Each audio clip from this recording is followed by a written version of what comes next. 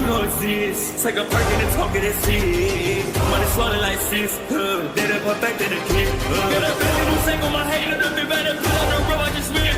I know we got $1 million. The devil that shit ain't not cheaper again. Hello and welcome back, fellow anime lovers, to MangaMuse. I am delighted to have you join us once again in the world of fanfiction and fantasy. This is the third part of What If Naruto Enters House of the Dragon. Special note, this fanfic is written and a masterpiece of NeonZangetsu on FANFICTIONnet. Do check and support the author too. Now smash the like, share and subscribe button for more. Also press the bell icon so that you never miss such great parts. Thanks for the introduction. Now let's dive into the world. His was a restless slumber, but rest the old WIRM did, having chosen a sandy shoal to recuperate from his injuries. He had retreated to the southern side of Dragonstone to gnaw on old whalebones and lick at his wounds alongside a damaged ego, besides all the better to recover tonight and prepare for his next great fight, for that final confrontation he so furiously craved. For you see, the Golden One had surprised him. It was not purely prey as it had assumed, but dangerous as well. It had fought back, rebuffed him, hurt him, even. Mere prey could not do such, indeed it could no longer remember anyone who had. No dragon ever had, and he was not a dragon. Nor was he prey. He had become a rival. An enemy to face and respect, but also one to be wary of. They would face one another again, and when they did the world would tremble. Only then would it have its longing meal, only then would it finally find a feast that would satisfy it once and for all. Something landed atop his back, squarely between his shoulders. An eerie yet familiar voice filled his ears. Hee. The night fell silent. And then Cannibal went wild. Absolutely berserk, as he hadn't been in centuries. Screaming and snapping and snarling, thrashing for his very life, he utilized every inch of his body. Great muscles heaved to throw the impudent human off, only for him to cling to his back like a leech. Impudent mortal! How dare he! A mighty gravelly hiss rumbled from his ancient jaws as he beat his wings, determined to shake him off, to no avail. Calm down. I just want to talk. Talk. There would be no talking. Only fire and BLD. Ash and death. Hey, stop that, he felt strong hands cling to the sharpened spines of his shoulders, heard the startled realization his voice. No. Bad dragon. Don't you dare. Oh, yes. He dared. The man's voice peaked into a startled yelp as the cannonball reared back into the air and rocketed into the clouds with him still on his back. Each beat of his wings was a hurricane, slower perhaps than a smaller dragon, yet through sheer size he covered impossible distance that no ordinary dragon could. In a matter of moments, Dragonstone was left far behind. Yet still the fool clung on. Cannibal kept flying. Further and further now, twisting and turning in the air, trying to shake them off until they reached the mainland. They passed fields below and a great city, alive even at night. He soared over them all, higher and higher, the sheer storm from his wings battering down the unwary. Little humans scurried about below, pointing and screaming at his majesty. He screamed at them and they fled into their houses. A spindly bearded man watched from one of the tallest towers as he climbed higher still, haggard face pale in the full moonlight. He gestured wildly and shouted orders to armored men, trying to rally them in the face of his arrival for all the good it did them. Arrows skittered off his black hide, bolts went wide, and still the man shouted on. His voice irked Cannibal. He barked a plume of green flame their way, forcing those noisy fools to duck back for cover or burn alive in their armor.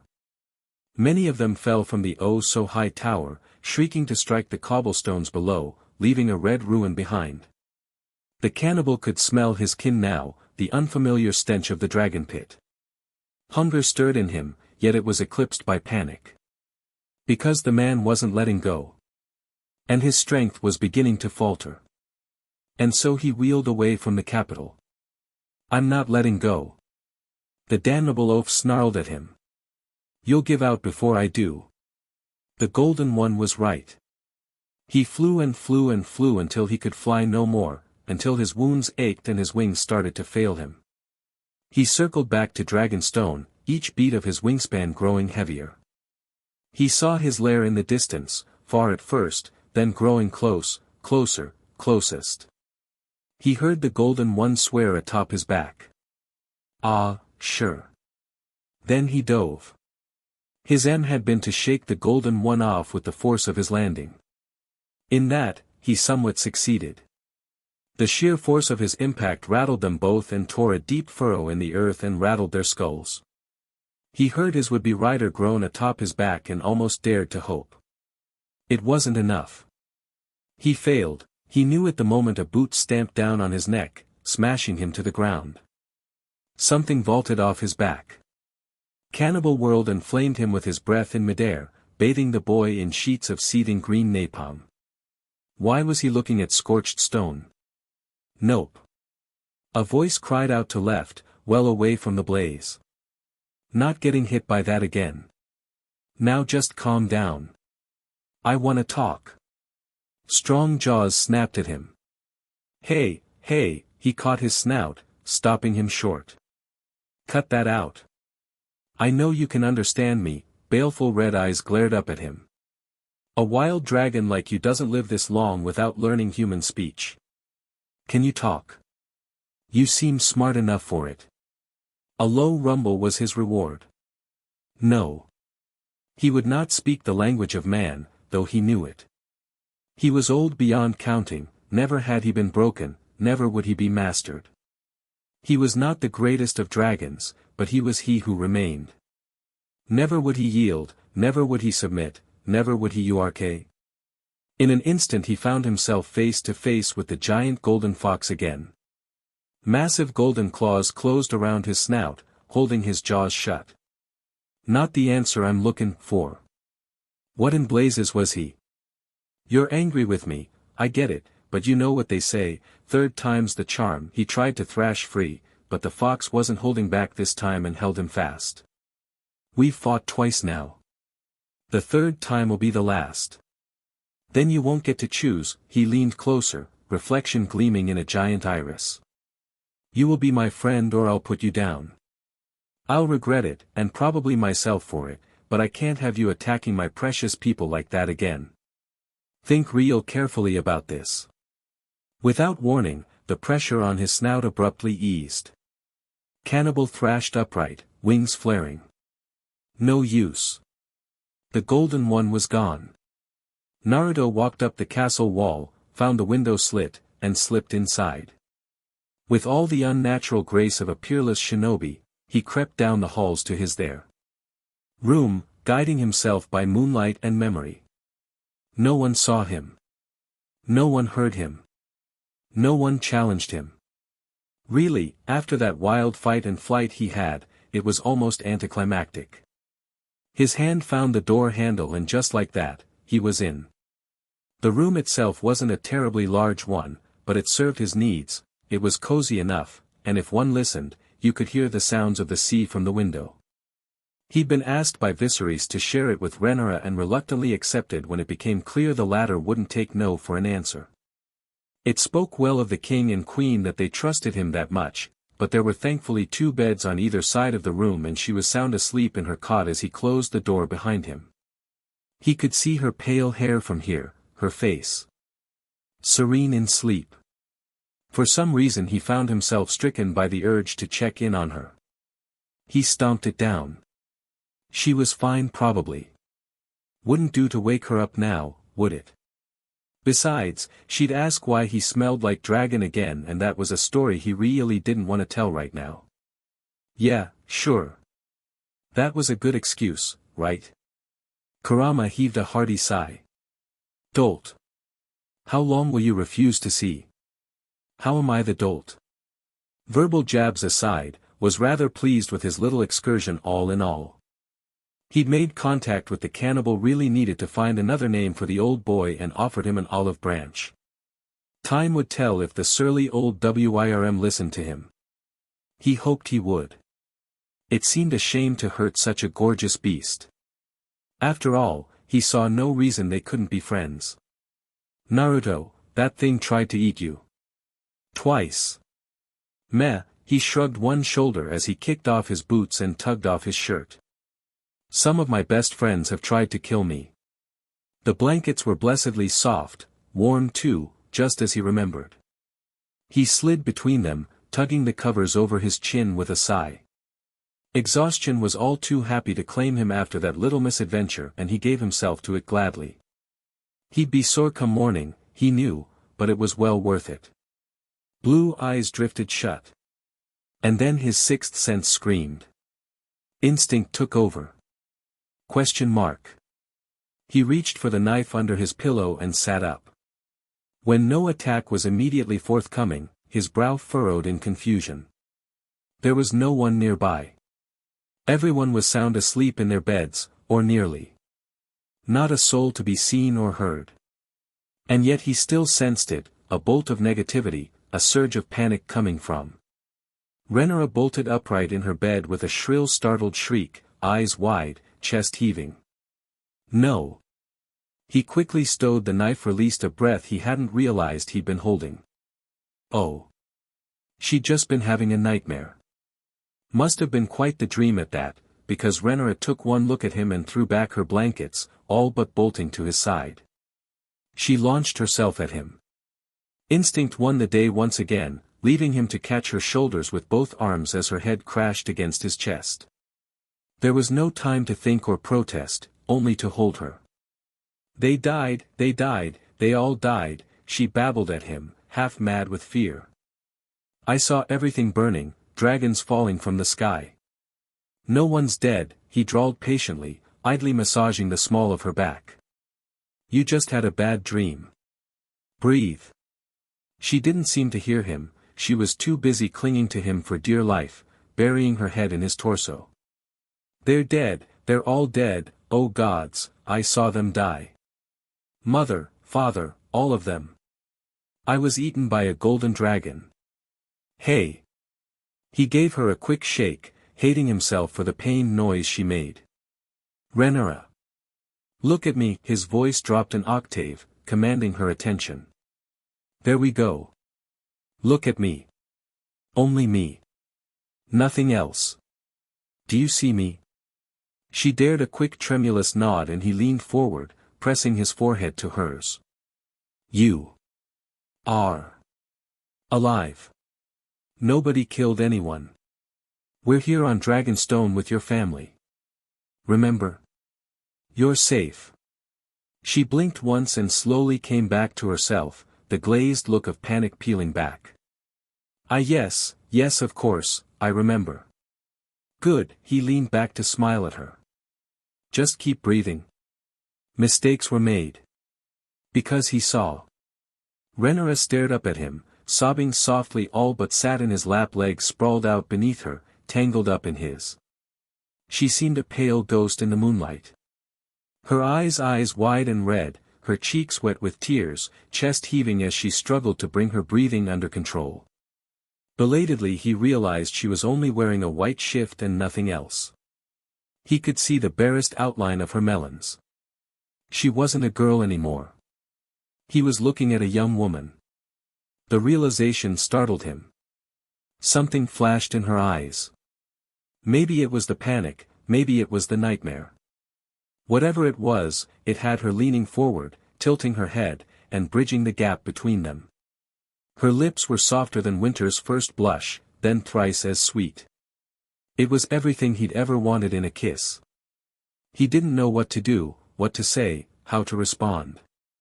She'd done what he hadn't dared to do, and now the world had changed because he saw, because he understood, because he realized. He absolutely panicked. His body jerked back from hers, leaped out of bed, and made for the door on the far side of the room. Naruto. Her voice rose in a plaintive whine. What are you doing? Where are you going? He covered his eyes with one hand. I think I need some air. Please, don't go. I don't want to be alone. 9 little words rooted him where he stood, left him gripping the door handle with such force that he physically felt the iron buckle under his grasp. Please. It sounded like she would shatter if he did. Stay.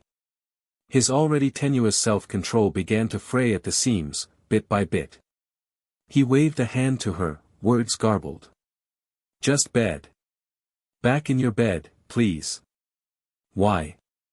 Because I can't control myself right now.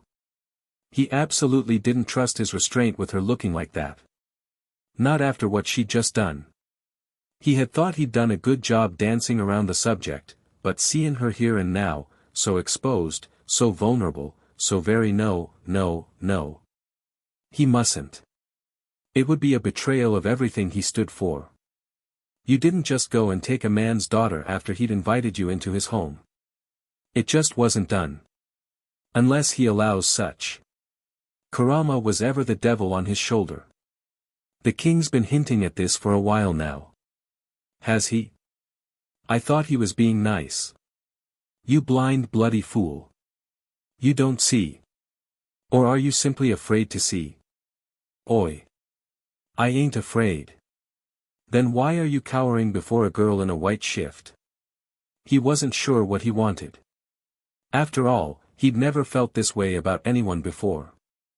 For so long now he'd enjoyed Renara's company. But this he was out of his depth, here. Renara must have seen the indecision in his face, or maybe just the tension in his shoulders, because she finally left his bed. Bare feet padded across the floor. She didn't touch him. Didn't say a word. Didn't do anything until he turned around and faced her of his own volition. She waited patiently as he took his hand away from the door. Lowered his palm from his eyes. Then she stood on the very tips of her toes, leaned up, and kissed him. It felt even better the second time.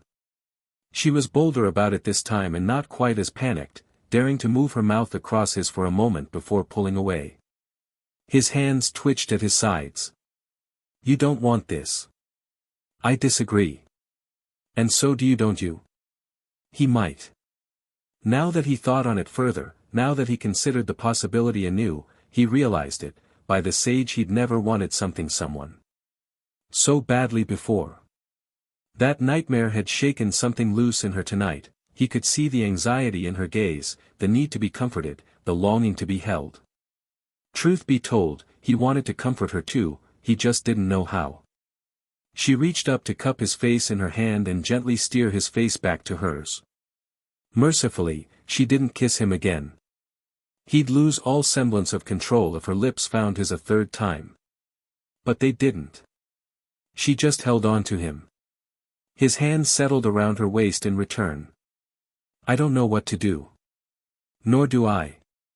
The words burst out of her an anxious little laugh, caught somewhere between a sigh and a sob as she nuzzled his chest. I'm as new to this as you are. His eyes widened. So you're a... Her head whipped up to glare at him. Finish that sentence and I shall be very cross with you. It was such a Renara thing to say, it made him laugh as well. And with the laughter, the tension shattered. Was this love? He didn't know. It was too soon to know. But he was willing to find out. After all, he'd never know if he didn't try. That's the way.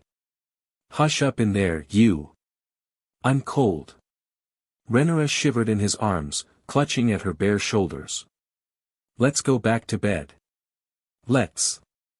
He knew precisely what she was implying. What else could he say to that? He went first and she followed him, slipping into the blankets after he made room for her. No hesitation on her part. None whatsoever. She clearly didn't want to sleep alone tonight after that awful nightmare, and he wasn't inclined to force the issue when she was in such a state. A thought occurred to him, then. About that dream you had. What of it? She answered a tad too quickly as she snuggled closer. It was just a dream, a nightmare, really. It won't come to pass. Her hands linked behind his back and she pressed herself against him, her every curve molding with his. I don't want to talk about dreams. He felt her fingernails dig into his back. I don't even want to dream tonight. Her words sparked something in his chest. Blue eyes flitted down to seek her. Violet orbs gazed back intently. He leaned down, then hesitated at the last second, just to be certain. Go on, she angled her head up to meet him, lips brushing his. I want you to. The last of Naruto's restraint broke. With a low growl, he dove down the rest of the way and kissed her deeply. Rhaenyra inhaled sharply, moving her hands behind his neck, linking them there to draw her closer. His palms settled against her peach in return. That seemed to please her. He felt her smile against him, caught the delighted gleam in her eye. He dipped lower in a fit of frenzy, kissing her throat, and she gasped before kissing him in return. Her lips sought his, and there was a hunger to her now, an eagerness, a curiosity, all happily reciprocated. Why had he ever pushed her away? This was heaven. This was bliss. His fingers found the straps of her gown as her hands seized on his trousers. Her body pressed against his, skin to skin, her smile a pure delight. His hands found her rear as her fingers sought his chest, trailing across every scar there. She laid a kiss upon each one, and he lavished attention upon her melons in return, rendering her a squirming mess under his hands until finally, she climbed atop him.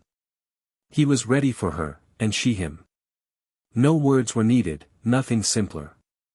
From there, the night descended into a carnal haze. Viserys heard them. Indeed, how could he not?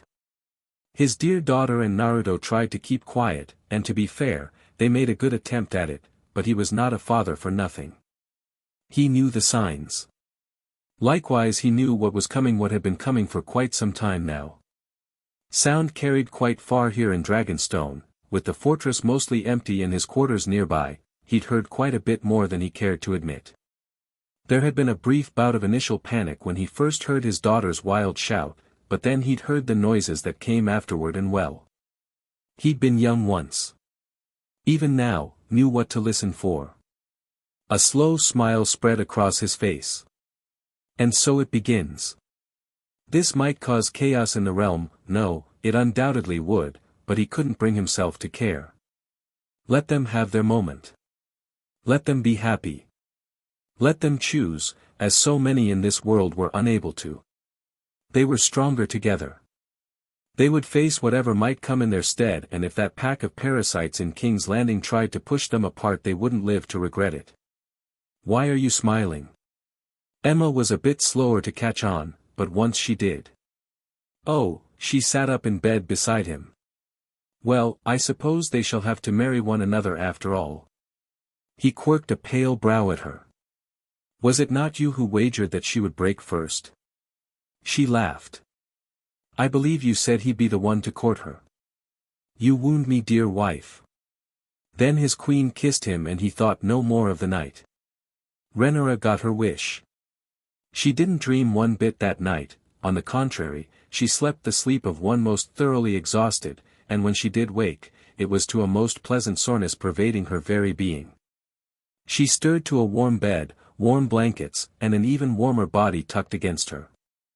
An arm was draped over her waist almost protectively. She found herself snuggling into its owner for a moment before she realized where she'd wound up, the who, what, when and why of it all. It was, in a word, bliss. She opened her eyes to the early morning light, remembered where she was, and felt no panic. No pain. Only sweet catharsis. Her body was sore, yes, but also sated. She'd fed a terrible hunger that had been gnawing at her for some time now, and she'd be damned if she felt sorry for herself now that they both of them had taken that final fateful step together. Looking up, she confirmed her helpless hopes with a pleased sigh. A small, satisfied sleepy smile slowly slid across her face. Finally. She snuggled back down and took a long, lingering look at her lover. Naruto seemed so harmless sprawled out beside her in sleep, downright innocent, even. Well, maybe not so innocent now. She'd gone and corrupted him, or maybe he had been the one to corrupt her. Perhaps they'd simply changed one another. Yes, she rather liked the sound of that among other things. Her hand trailed his chest, tracing the scars there, pale silvery things that had healed well in some places and not so in others. Each was a testament to every battle he'd been in, all those he'd saved and failed to save. She wondered if he would ever speak of them. Perhaps in time. Not now, later. In hindsight, Rhaenyra knew it would be wise to rise and face the coming dawn, but in the same vein she had no longing to move whatsoever. Perhaps a few more seconds, or minutes, maybe hours. A few hours were just what the maesters ordered. That sounded nice. The world could take care of its problems without them for a while yet. She closed her eyes and let herself drift back into the black. Humming softly to herself, she laid her head down on his chest and resolved to savor the moment. Questions could come later. The future was of no immediate concern at the moment. For now she wanted to just be. She tucked her head into his chest and wrapped her arms around his waist. "Don't let me go," she whispered. "Not ever." A chuckle, then she caught his voice in the low light. "I hear you." Her eyes snapped open. Gods be good, how much of that had he heard? He really did love her. The realization should have shocked Naruto. Once upon a time, it might have. Now. He found he'd grown to care for Rhaenyra. Deeply. Completely. Absolutely. He enjoyed being around her. All her curves and all her edges, all her surly imperfections. She wasn't perfect and neither was he. Good. Perfection was boring. Being perfect meant there was no room for improvement, no chance to change, be better than you were, no opportunity to truly excel. He despised perfection. Nothing should be truly perfect in this world. Besides, there could be no turning back now. Rhaenyra snugged closer to him. "Are you awake?" He sighed into her shoulder. "A little." "Still sleepy?" She hummed, dipped her head up and kissed him, sending a pleasant electric thrill shooting through his body. Did Westeros even have electricity? Probably not. Ideas for later. He found himself pulling her closer regardless of such thoughts, to which she happily melted into his embrace. For a single blessed moment all was well. And then. "We'll have to tell my father, of course." Naruto made weary Naruto noises into the pillows. Yeah, that was gonna be a thing. He hoped Viserys was alright with this. "He might drag us to a septon before sunset," Rhaenyra continued, an impish gleam in her eye. "Wouldn't that be something?" Kurama barked a laugh in his head. "Hello, shotgun wedding." They shared a brief laugh at that. Would it be so bad, really? He looked down at her. Would what, now? Being wed. She threaded her fingers through his and squeezed his hands gently. Not here and now of course, but someday. And just like that his mind was away, sprinting headlong into the sunrise with a giddy cackle. He had a wild image of Rhaenyra clad in a wedding dress cut sinfully short, of carrying her in his arms across the threshold as one might a princess, then of her sprawled out on bed, lifting her legs for him. "I see that look in your eyes," her own went half-lidded, regarding him with all the intensity of roiling dragonfire. "Thinking about it already, are we?" He dared to lean down and peck her on the lips, delighting in the pleased noise she made. "Thinking of tearing you out of your wedding dress." She laughed as he ran a hand over her flank, even as her own danced across his chest. Such a charmer. What can I say? I learned from the best. Something flashed across her face then, there and gone before he could get a proper read on it. Naruto felt the fear that followed, a sudden surge of nameless primordial panic. Belatedly, he recognized it, the same fear from last night, when she'd had that terrible, horrible dream. Or was it a vision? Did Targaryens have those? He sensed her emotions coalescing, hardening into a fiery pearl of defiance as she grappled with her anxiety and finally got the better of it. Yet still she didn't speak, not at first. She was silent for a long moment, weighing her words. And then. Her eyes met his. "Never betray me, Naruto." "Why would I do that?" Kurama sighed. You might be powerful, and that gives you confidence, but she doesn't have that kind of power. Huh. Fair point. He wanted to laugh it off, to say it would be fine, but one look from Renara told him she'd absolutely bite him if he made light of her now. Fine. If she needed encouragement, he could afford to be serious just this once. And so he clasped his hands in hers.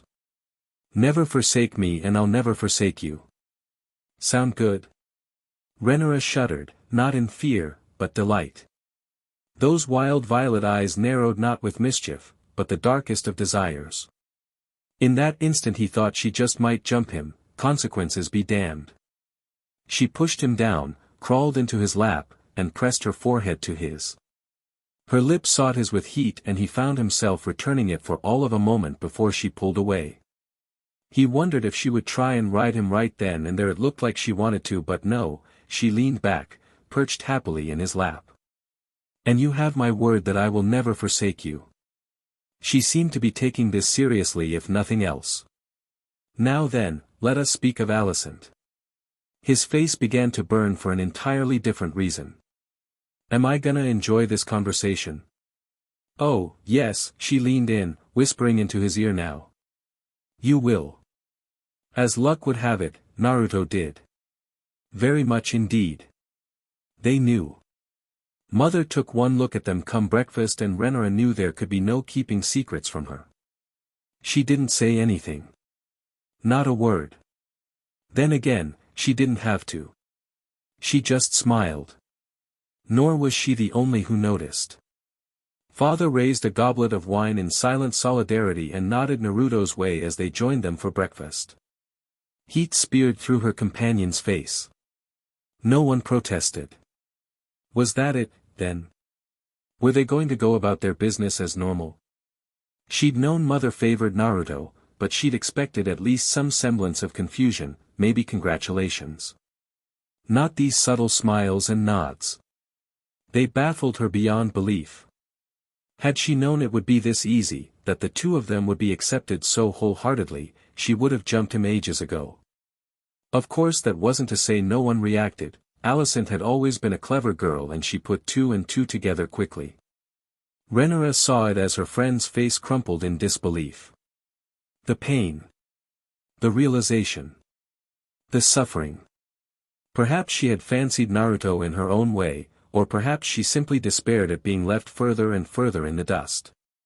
Whatever the case, Renara saw the precise moment Alicent Hightower broke. Such a sight was something she prayed never to see again, if only because of the pain she'd inadvertently caused her. With a wordless noise, her dearest friend turned and fled. Oh, no, no, no. They weren't having any of that. She gave chase.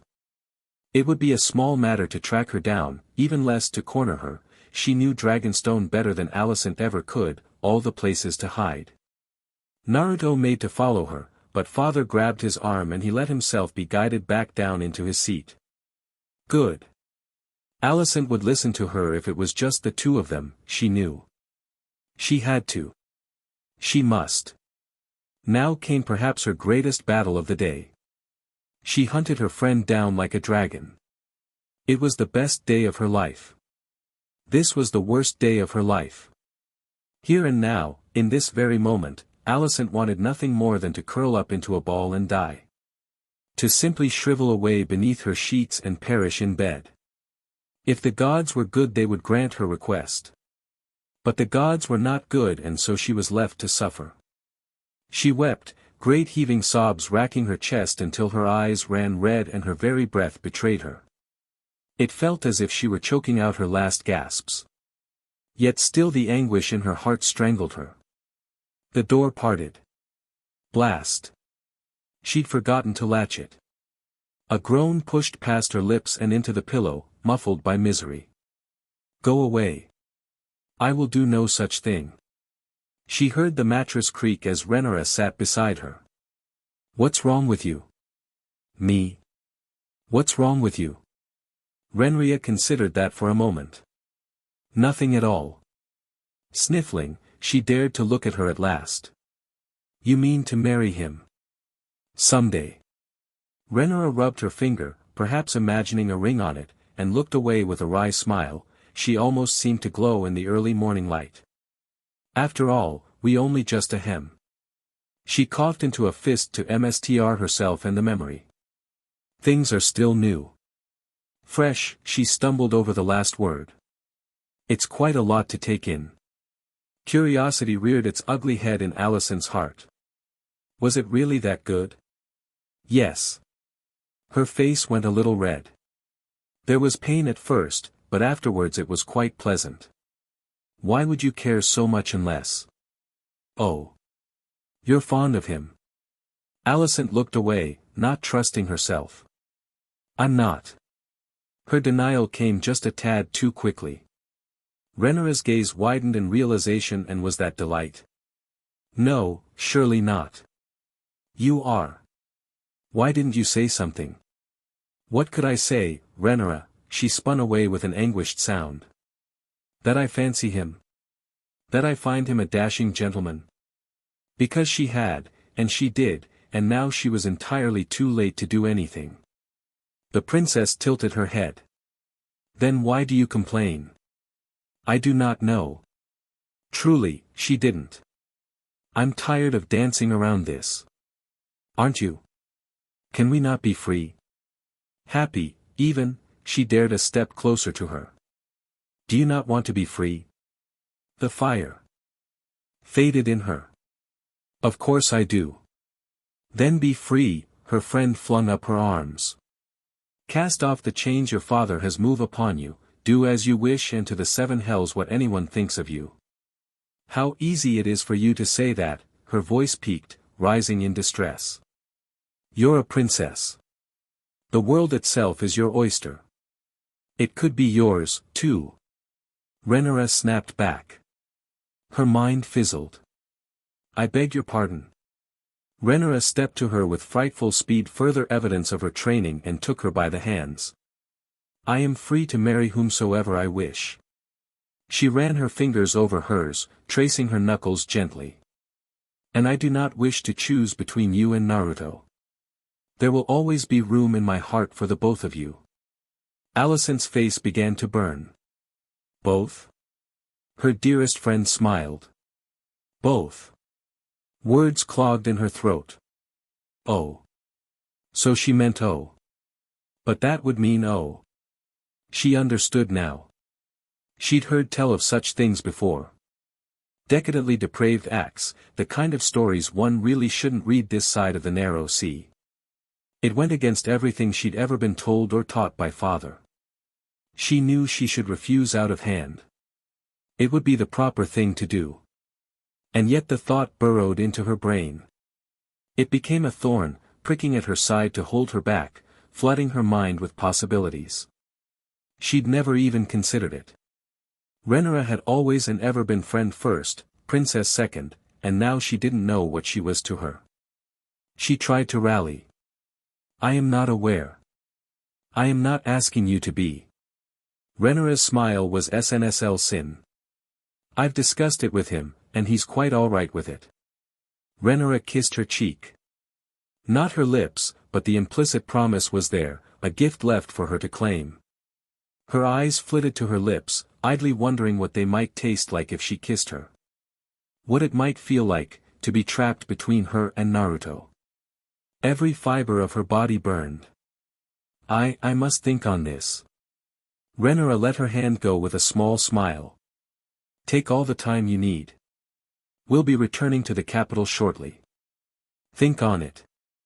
Allison did not run, she still had some semblance of dignity despite longing swarming its way through her.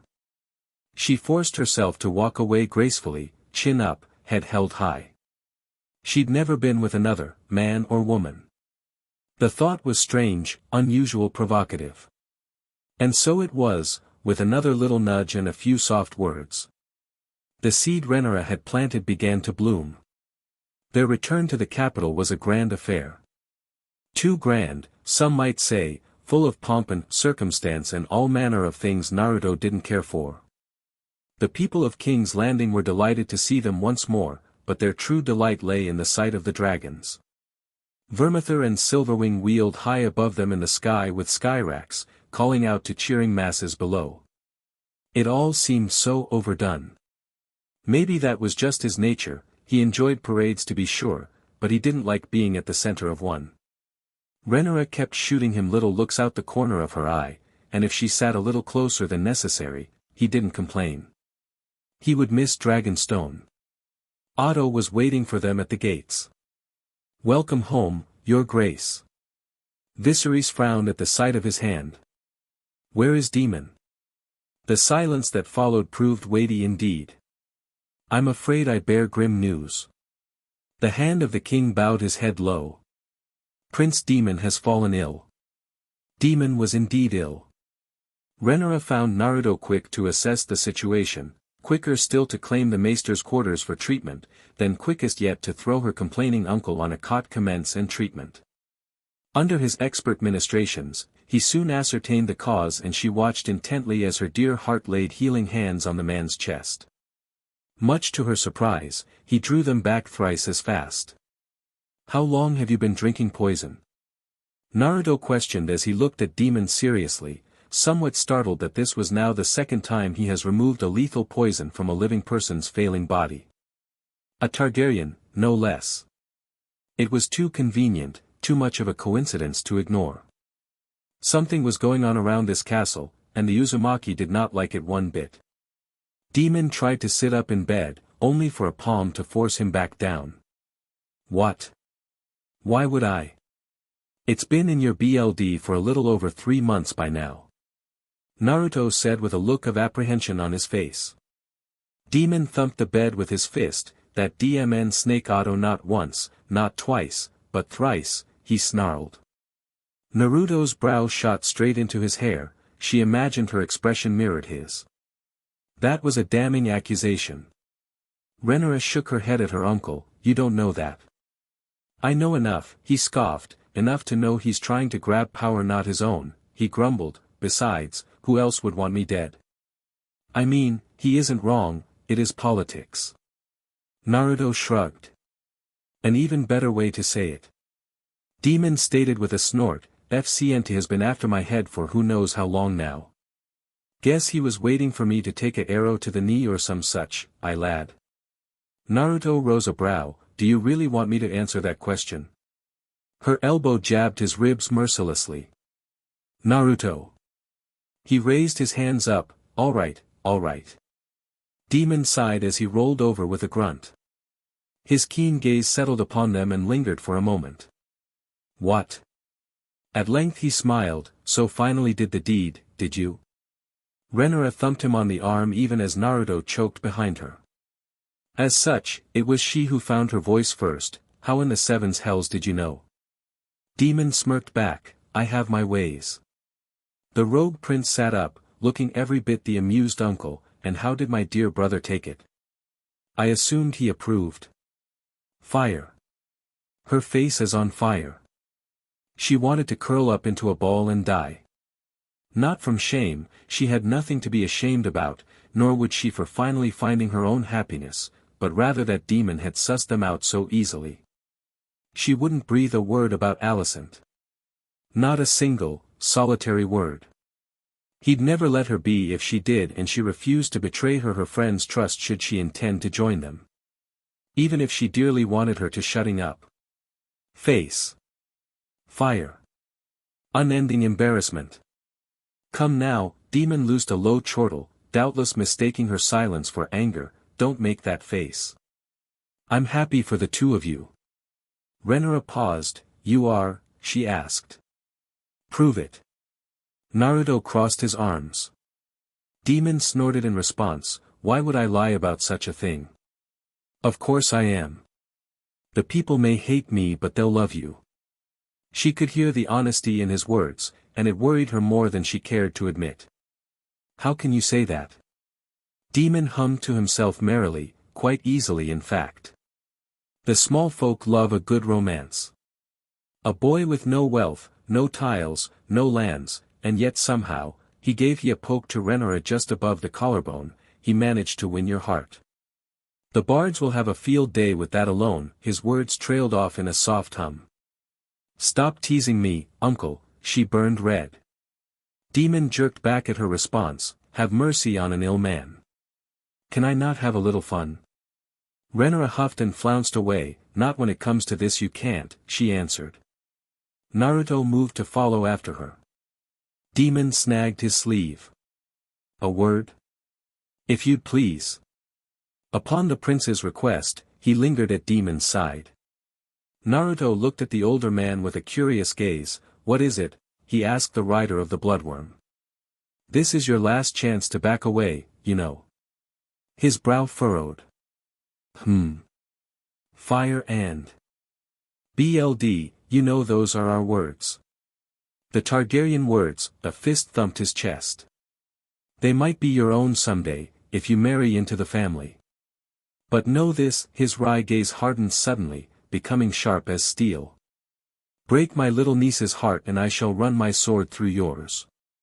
He sat up, gaining a look that quite frankly reminded him of an old friend. Are we clear? Naruto nodded, crystal. And Renara's not so little anymore, you know. She's old enough to make her own decisions. I'm well aware. If I die, do me a favor and gut Otto, won't you? He asked, extending his hand. Naruto smirked as he clasped his palm. Happily. Alicent longed for more. No, she mustn't. It was improper. Terribly, horribly improper in the worst of ways. Yet she couldn't forget what had transpired on Dragonstone. The feel of Renara's mouth on hers, her lips caging her own, the flutter of her heart, the realization that she need not be alone. The unspoken promise of passion, an offer of a night beyond her wildest dreams. If she just gave in. Naruto was sweet, gentle, caring. He had proven himself kind and true, but she'd never been touched by a man before. Would it be just as good as she hoped? No. Could it be so much better?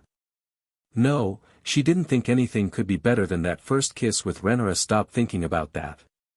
But she couldn't now, could she? She doubted she would be able to go to anyone else ever again after that kiss. Alicent buried her head deep in her pillow and heaved a long suffering sigh. Blast Renara for dragging her into this madness. She'd ruined her. She would have them take responsibility for this. Both of them. Naruto entered the throne room at a steady pace. As ever, he took a moment to admire his surroundings, no matter how many times he came here. The Iron Throne really did look imposing these days, didn't it? But he wasn't here to sightsee now, was he? Viserys awaited him upon the Iron Throne in full regalia, crown atop his head, hands resting upon the hilt of his sword, its Valyrian steel edge digging into the stones below. It made for an imposing image. One might even think him an accomplished swordsman, when the truth was anything but. He looked proud. Proud, but weary. The latter faded a little when he saw him. You wanted to see me? Yes. There are things of which I would speak with you. Naruto blanched. Here it comes. Renara has chosen you. It was as close as he would come to saying she loved him. It is a match I admittedly hoped to make for her, but she made it for me. As such, he sat up a little straighter upon the Iron Throne as he looked on. I am entrusting you with my daughter, my very BLD, that which I value more than anything else in this world. She has chosen you. He leaned on the word when he said it again, emphasizing it, as you have chosen her. Do not break her heart. His eyes narrow intently. I shall be very cross with you, if you do. Well. Wasn't today full of warnings? Frankly, I'm more worried about her breaking me. He muttered under his breath. Ha! That got a laugh out of the old king. She has her mother's fire. He wished the moment could last. Naruto's look soon turned serious. Unfortunately, I gotta talk you about something less pleasant. Viserys cocked his head to the side in curiosity. How so? Taking a deep breath, he barreled forward. Remember when we found out Emma was poisoned? Viserys nodded silently. I do. That was a dark day. But you healed her. She is still well, I trust. Unless... No, no, he waved a hand quickly, she's fine. I just find it funny the moment we get back from Dragonstone, someone else fell ill, all of a sudden, he made quotation marks with both hands, and the timing of it just doesn't add up. Demon, he saw the moment Viserys understood. Otto said he fell ill, he let the words fall between them. If only that were true. Naruto answered, didn't Demon warn you about him before? I believe he's done it on multiple occasions. The old king went terribly still. This is a grave accusation you lay at my feet. Do you have any proof? Naruto shook his head, no, not yet, but I'll know soon, one way or the other. Thought it would be better to warn you, just in case something happens to me. Better to prepare a plan and not need it, than have no plan at all. I'm not arrogant enough to say I'm invincible, you know. I dare say you're close enough. The king's laughter was strained, even to his ears. I trust you to act discreetly in this matter. Naruto granted him a careworn smile and thumped his fist with a chest. Hey, I can be subtle when I need to be, you know. In this world there was no such thing as DNA tests or cameras, or any means of recording someone. He could sense negative intent, yes, but how did you prove that to regular people? No, it would come down to his word against Otto's. This time, he would make no mistakes. Be prepared. Well, how was he? Emma smiled at her eldest daughter. Rhaenyra balked as her cheeks became red, mother. It was just a question, dear heart. She tried to look backward, only for a hand to tug on her hair. Blast. This was why she didn't let anyone care for it. Come now, her mother soothed as she brushed her long locks, your father and I were of a similar age when we were wed. There's no shame in it. Now what if we did your hair like this? I am not ashamed, she edged out hesitantly, it's just we only began courting a short while ago. I do not wish to speak of such things so freely. But you enjoyed him. Rhaenyra made exasperated Rhaenyra noises. Mother was relentless. And yet you intend to have him as your husband by the end of it. Anyone else would have been subject to a slap. But not Mother. Emma was a stabilizing influence on her. Not for the first time, Rhaenyra thanked her lucky stars. She was so glad she'd survived. She would have missed her terribly. Little Visenya, too. As though sensing that very thought, her baby sister cooed from her crib, ever under the watchful eye of her own little dragonling. Those two would truly be wild when they grew up. Her thoughts lingered on her sibling for a moment and the softest of sighs escaped her lips. I intend to have Naruto as my husband, yes, and perhaps Alicent as my fellow wife. There it was, her feelings on the matter out in the open. She expected some semblance of shock, denunciation, even anger at the very least. Mother merely tilted her head and hummed, I thought there might be something there. You do realize this won't be seen as a popular decision, no? Rhaenyra scoffed in response, what we do in the Red Keep is our business and ours alone. Emma granted her a nod, that may well be, but you will face resistance at every turn. Even so, will you still persist? What kind of question was that? She'd come much too far to turn back now. She lifted her chin, even so. Mother kissed her forehead, good girl.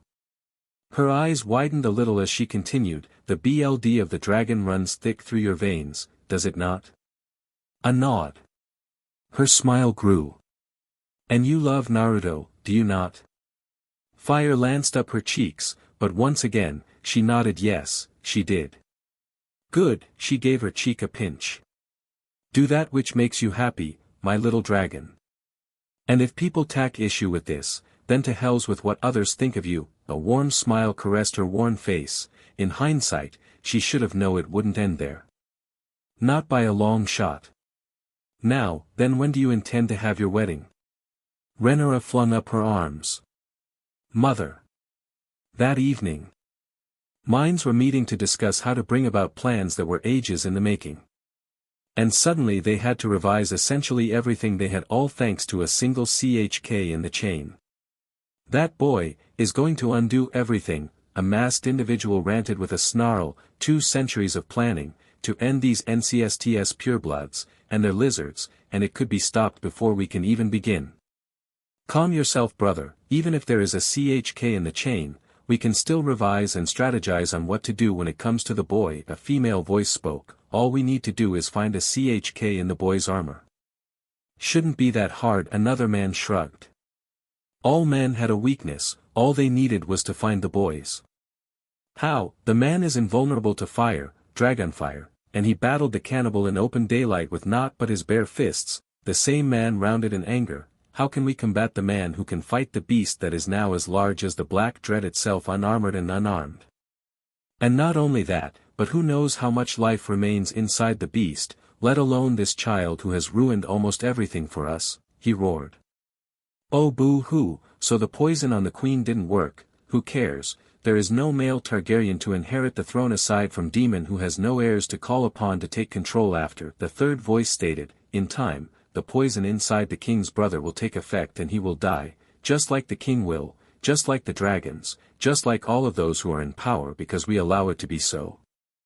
And yet, the boy has magic that can subservient all our efforts, a second female voice spoke. He healed the queen, and while her passing would have been sad, it would have paved way for Brother Otto to place Alicent up for the position to take over as queen while we ran the world from behind the scenes, she stated. Let's just be glad that despite our most recent failure to kill the queen succeeded in giving us a way to secure more time for ourselves. 2 princesses is better than having a male heir to legitimately inherit the throne, not including the king's brother, the first female spoke up. Let's focus on something specific here, shall we? A 6th voice spoke. Cannibal, he stated as everyone stiffened up. How in the name of the gods did he manage to temporarily mount the beast? He was seen clearly the other day flying about the capital, even burned down one of the towers of the castle, the speaker said. Claims were made that there was somebody mounted upon the back of the creature, it could have been him. As unlikely as it seems, I have to agree, the first voice stated. If he manages to bring in the cannibal to the ranks of the Targaryen dragons, and successfully breeds it with any of the females, then it could bolster the ranks of the dragon riders, and these self-proclaimed gods would have dragons that are not descended of old Valyria, he said. If, and this is a big one, this boy does claim cannibal, then we will poison it like we are doing the others. The poison we give the dragons in the pit are already stunted, growing smaller with each batch born from the eggs. Vhagar is old, probably only another 50 to 60 years left in her. Vermithor, Silverwing, Caraxes and Meals have roughly a century each, give a decade or so, left to live. When these elder dragons die, the younger ones will have already birthed weaker hatchlings, and those will have birthed even weaker ones. Our long-term goal is already secured in that regard. The poison has to be administered directly into the food source, and on a daily basis, long-term or not, we cannot afford to be wasting such precocious resources on the beasts, the 4th voice spoke. Oh really, and what exactly do you suggest? The first female demanded. And what of the boy? It's simple really, the man stated as he began to explain to them in detail of what they would need to do, and then a secondary plan on what to do if that failed them. But before that, he lifted his mask and revealed a smile. The boy must die. He was dreaming yet again. Dreaming or having another nightmare. Given his luck as of late, it was likely the latter. Naruto suspected it the moment he heard those words, the second he opened his eyes and found himself in a bedroom of the Red Keep. He looked down at himself, frowned a little at his sleeping clothes, then some more now when he noticed the red on his hands and face. This is new. Lucid dreams were fairly rare, even for a Jinchuriki like himself, but this was different. He felt the cold stone floor against his bare feet, smelled the scent of burning torches. Why was he holding a severed head in his right hand? A man's burly bearded visage balked up at him, face fixed in horror. He had a sickening feeling he knew why the poor fellow was looking at him like that. Disgusted, he threw them away. Their skull struck a wall, bounded off loudly, bounced once, and tumbled into the shadows. Right, he dragged a hand across his face, only to scowl when he wound up smearing more BLD there. You can wake me up any day now, Kurama. Not a peep from the fox. That couldn't be good now, could it?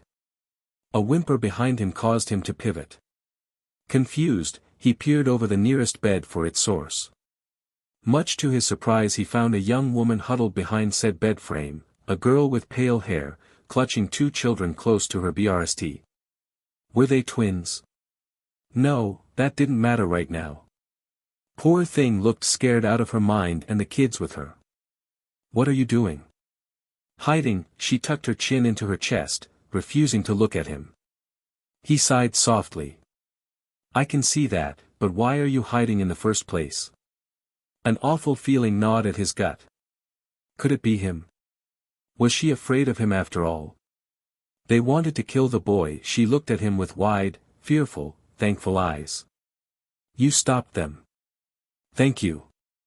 Something about her face and eyes reminded him of Renara. Who the heck are you? Helena. The girl smiled for him suddenly, softly, sadly, sweetly. Thank you for letting me have this. Even if you aren't real. Confusion bloomed within him. Had he done something he shouldn't have? What do you mean I'm not real? I'm right here. He tried to touch her shoulder, only for her to vanish in a swirl of mist, and with her absence, the world rippled around him like oil through water. In an instant he found himself moved from the bedroom into another room altogether. He barely had time to take in his surroundings before a young man with pale hair buelled past him, shouldered him aside, drew his sword and drove his blade into a table with a blood-curdling howl. Again and again he struck down upon it and the monument within, each swing more savage than the last. He slashed down with an unyielding, fiery rage, howling imprecations at the world. Villains and traitors. They tried to kill my son. I declare war. Naruto found himself edging backward. An awful wrongness gnawed at him. He shouldn't be here. The man must have sensed him somehow, because he pivoted to face him. Belatedly, he glimpsed the crown upon his head. But the one wearing it was a stranger to him. This wasn't Viserys. He didn't recognize them, had never seen them before in his life, Eoli. Something was wrong here. Something was very wrong indeed. Something was terribly, horribly wrong. There you are. Without warning the young king dropped their blade and moved to meet him with a wide grin. I understand you're the one who saved my son. He clapped him on the shoulder. And drew him into a brisk embrace. I'll see you richly rewarded for this. Before he could even think to speak, the scene shifted again, leaving him reeling but for an altogether different reason. On and on it went, a storm of sound he could scarcely sense, a barrage of blows against his psyche. Dragons danced high in the sky. Fire fell from the heavens. A voice rumbled to him. Hungry. He whirled, and for a moment, he could have sworn he glimpsed the cannibal's draconic visage in the dream smoke, there and gone again when he raised a fist at him. Cut it out. As though spurred by those very words the dream wavered and the scene settled around him. He found himself gazing upon a young woman, her shoulders hunched, face stricken with tears and soot, leaning over a table in a room of cold stone, shoulders bowed, and she considered the map carved within. She wouldn't look at him, didn't even seem to notice him, really. He waved a hand before her face. Nothing. Calling out to her drew no change either. Her attention remained fixed on the table, a rather familiar table at that. Wait. He knew this place. Dragonstone. And against all odds, he realized he knew this woman. He stepped closer, noting her pale blonde hair and familiar eyes, the little quirk in her lips when she scowled, the smile that made his heart flutter. He took a chance and touched the dream woman's face. Renara. His words were the catalyst to reactivate her. She jolted, looked up, saw him, and backpedaled with a start. You can't be here. You're dead. You died at Harrenhal. Naruto felt a frown tug at the corner of his mouth. I've never been to Harrenhal. The dream Renara slapped him, and he recoiled, surprised to feel pain. Liar, she railed at him. You died. I saw your body. Stop that, he caught her fist when she tried to strike him again. His temper roiled and he stomped down on it. This wasn't real. It was a dream. Wasn't it? An ominous rumble above caused his head to snap up. Not a heartbeat later a great golden dragon tore through the ceiling above Natsirax. Before he could think to respond, nearly bringing everything down upon them. It saw Rhaenyra and snapped at her, ready to devour her whole. He reacted accordingly, caught the beast by its open jaws and wrenched, snapping its neck. The beast turned to so much mist and smoke, vanishing before its great bulk could fall and crush them both. No more dreams, he stomped down on the haze, to no avail. I want to wake up. You're too late, Naruto. A hand touched the back of his head and with it, the cruelest of cold chills shot up his spine. Always too late. He looked back, only to find Rhaenyra absent. Something cold touched his nose. He looked up, baffled. Snow. Why was it snowing? When had it grown so dark? The stone room of Dragonstone had fallen away, leaving in the empty night. Squinting into the shadow, he found himself alone. Blue eyes glared balefully at him from the gloom. 1, 3, 5, their number grew as he looked on, numbering in the dozens, then thousands now, each of them staring at him. Their numbers continued to swell as he looked, until they were all he could see. So many eyes. Blue, cold, dead eyes. An old, rumbling voice filled his ears. Winter is coming. Enough. Exasperated he spread his arms wide, flooding his body with golden chakra to burn the darkness away. Something screamed in the dark and recoiled from the light. In that moment he glimpsed the face of those who had been staring at him and dearly wished he hadn't. He saw the dead and the dead saw him. Before he had a chance to process the horror of it all, he heard a sound akin to that of broken glass and with it, the dream shattered, taking the horde of azure orbs with them. He awoke with a shout on his lips, staring at the ceiling, a snarl etched into his face. Yet despite that, there was no panic in him, only confusion. The latter melted into determination to make sense of it all. What was that? What was what? This time, Kurama's voice answered him. I've been trying to wake you for the last hour. You were dead to the world for a while, there. Rising from his bed, he dragged a hand across his face to wake himself up. You didn't see that? I just told you, no. What happened? You were having a fit. A dream. Or a nightmare. Maybe a vision. It felt so real. Try as he might, he couldn't shake the lingering chill from his bones. It clung to him even now, lingering despite his best efforts. What had he seen? What did it mean? For a while it felt like he'd been somewhere else. Not here, not in this time. The past? The future? Somewhere else entirely. He couldn't be sure. But at the end there. No, dwelling on it would only hurt him. Well, time to face the day. Sitting here shivering wouldn't change anything, the best way to banish one's fears was to face them head on. He couldn't keep hesitating at such things. Best to kill the boy. Yes, kill the boy and let the man be born. Kurama rumbled his approval. Good. Do what you do best, tackle one problem at a time. So he did just that. Drawing himself up, he tugged on his trousers, threw on a linen shirt, and washed his face for good measure. The cool water brought him some small semblance of comfort, if only just, and allowed him to marshal the tattered threads of his thoughts once more. Winter is coming. Those were the stark words, weren't they? Maybe he should ask about them. It couldn't hurt. The door creaked open, commanding his attention. Morning, Rhaenyra poked her head through, beaming at him. Father wants you present at the next meeting of the small council and what's wrong? She saw his stricken expression and paused, taken aback not just by his silence, but by the way he suddenly stilled at the sight of her. You look like you've seen a ghost. Maybe he had. When he didn't answer, the princess took matters into her own hands as she often did these days. She entered the room quickly, not even bothering to lock the door behind her, and flung herself at him. He caught her by the waist to hold her close on sheer instinct. The moment he did, she threw her arms around his neck and drew his face down to hers.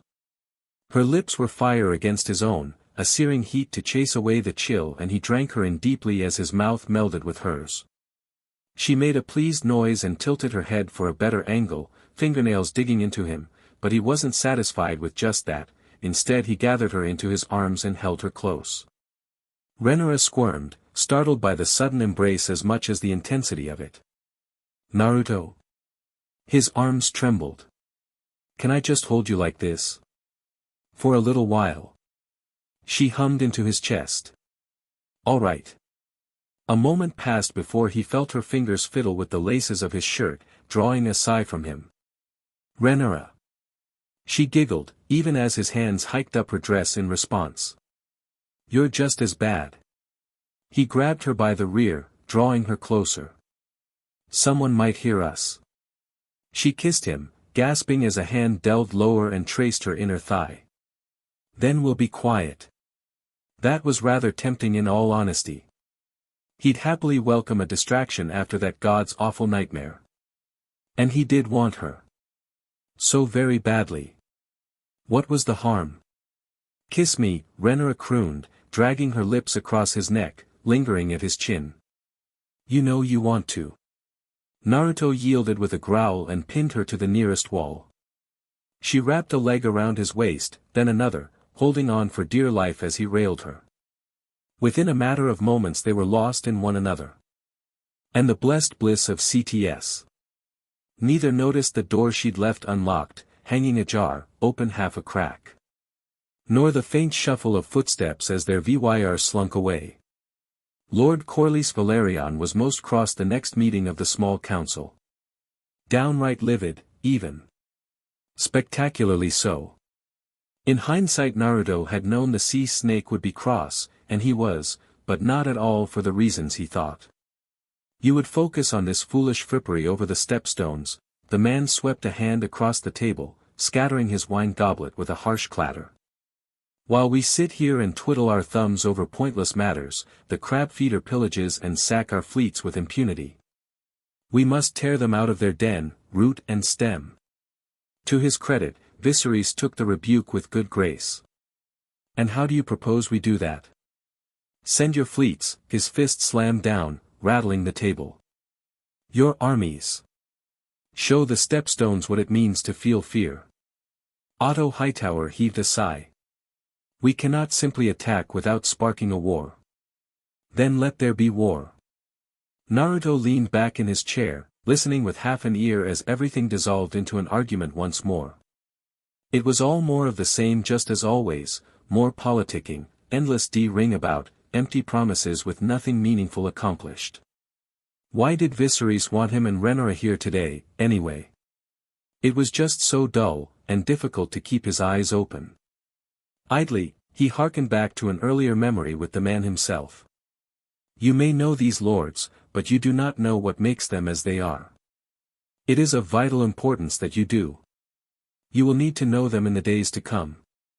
He still couldn't fathom why the king wanted him to know these people, but for his sake and that of Kurama nudging him he would put his best foot forward. Forcing himself to focus, he allowed his gaze to settle upon the instigator of it all. Lord Valerian is an ambitious man, one who does not take slights lightly as MSTR of ships. He has built and captained the most famous ship in our fleet, also named the Sea Snake, for which has taken the same moniker. As its captain, he has sailed on 9 voyages across the known world, gathering wealth and artifacts. There is no more capable sailor this side of Westeros, but like any sailor, his temper often runs hot. That much was clear. The man looked like he wanted to slug Otto right about now. He was half tempted to let him. Stifling that treacherous impulse, he looked towards the rest of the council, idly reviewing what he'd both been taught and told of them. By contrast, Lord Lionel Strong is more predisposed toward my house. As MSTR of laws, he acts not with haste, but ever for what believes to best of the realm. A more impartial and judicious man you shall not find. You would do well to make him your ally. The stoic man certainly seemed trustworthy enough. He didn't sense an iota of ill intent from him. Hands clasped atop the table, he nodded his way once. On he went, moving to the next lord down the table. Then we have Lord Lyman Beesbury. Old and a bit doddering perhaps, but a man of principle and one who keeps his oaths. There is no man better suited to be MSTR of coin. He will back you if you but treat him with the respect he is due. Alas, that was where his line of potential allies ended. When he glanced askance, he found Maester Melas scowling at him. Mustn't smirk at him, don't smirk at him, whatever you do, do not smirk at him. Damn it. He couldn't help himself. He just didn't like this guy. Viserys' voice came back to him again from memory, slightly chagrined. As for Grand Maester Melas, well, I suppose the best way to describe him is a traditionalist. A staunch defender of the current system, he is loath toward all things magic and not terribly fond of dragons. Nevertheless, while his skills are second to none among his peers, and we cannot afford to alienate him at this time, you must be wary of him. The man's never quite forgiven you for saving Emma and Visenya where he could not. You humiliated him and his order on that dark day. He bears a grudge. Keep an eye on him. He would certainly do so. This man held a burning dislike of him, he could sense that much. And so he wouldn't trust him. And of course you know Otto. He did and he wished he didn't. From the moment he'd met him, he knew he and the Hand of the King would never get along. Whatever he might think of Alicent, whatever he may or may not feel for her, he and her old man were simply too different, and those differences irreconcilable to ever coexist with one another. The man was even now shaking his fist at Lord Valerian over some slight or another, saying he must act for the good of the realm or some such. The good of the realm, he said. Pah! Good for him and his house, more like. He didn't give a flying fig for anyone but himself. Naruto knew his kind, he had his number, and he'd not forget it. Otto was the most dangerous of them all, not out of any grand incompetence or willful malevolence mind you, but because he genuinely believed that what was best for the Hightowers and by definition him was also the best for the realm. He wore duty like a cloak, hiding the knife within the shadows of his promises, ready to strike. At what, he knew not, but strike he would. Orochimaru could have learned a thing or two from this slimy snake. He'd take him down the first chance he got. Really, it would be safer just to kill him outright, but Alicent would never forgive him for it. Times like these made him wish he wasn't so DMN nice. One last piece of advice. I can command the court in a pinch, but it will be up to you and Rhaenyra to convince them. Alicent, too, if you intend on wrangling her into this grand scheme of yours. That is a task I cannot help you with, though I wish it were otherwise. Many a noble dislikes you for your proximity to me and my family, more still will hate you simply because they can, others doubly so because they believe there is opportunity to be made in tearing down a newcomer to the court. Do not concern yourself with them. Keep your friends close, and your enemies closer, and you will win the day. Wait, he'd asked at the time, why would we need to convince them? Viserys had merely smiled in that fatherly way of his, leaving him grasping in the dark. The game was afoot once again, the problem being that he didn't know what today's game was. Rhaenyra's hand touched his leg beneath the table suddenly, breaking his train of thought and jolting him back to reality. More so when her palm settled upon his thigh.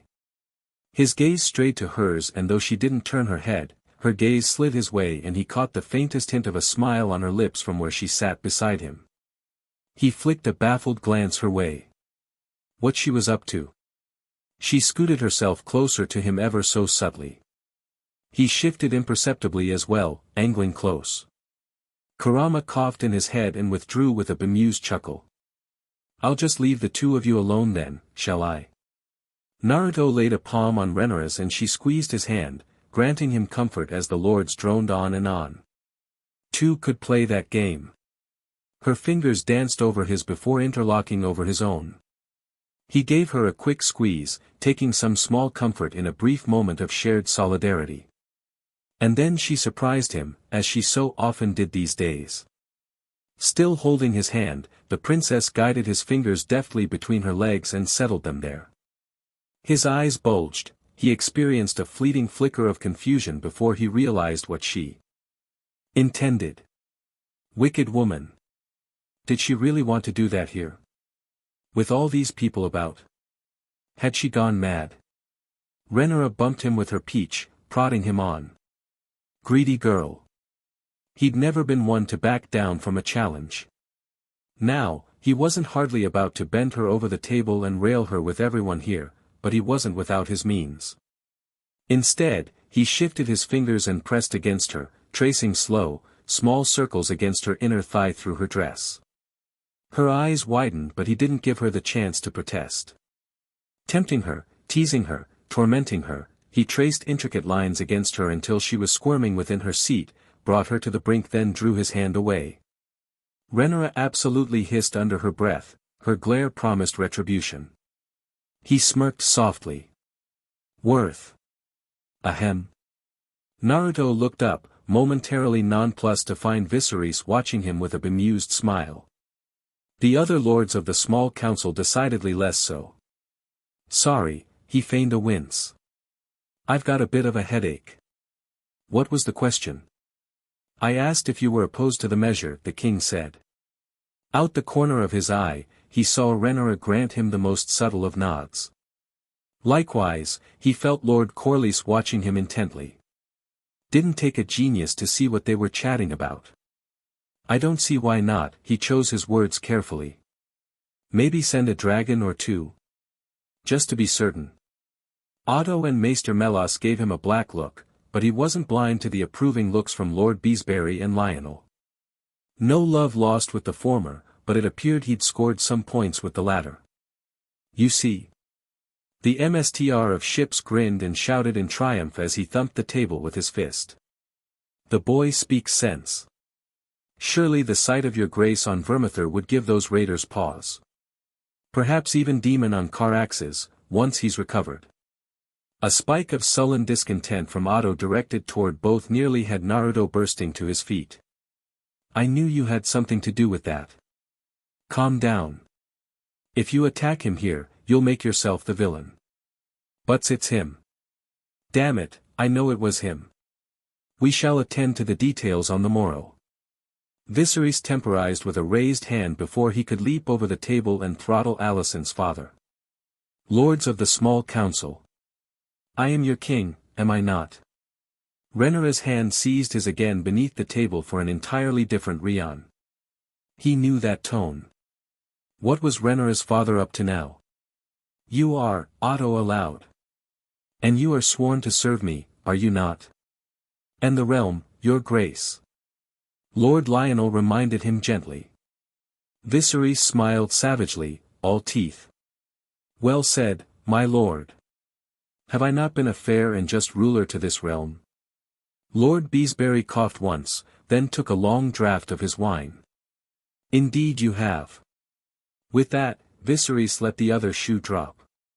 Which is precisely why it brings me great joy to usher in further peace and security to this realm with this, my latest and perhaps greatest proclamation. He rose from his seat to tower over them all. I hereby announce the betrothal of my daughter, Rhaenyra. His beloved sucked in a sharp breath as her father finished. Oh, SHT, surely he wasn't going to. He was gonna. To Lord Naruto. Wait just a bloody minute. Naruto had time enough to blink. Lord.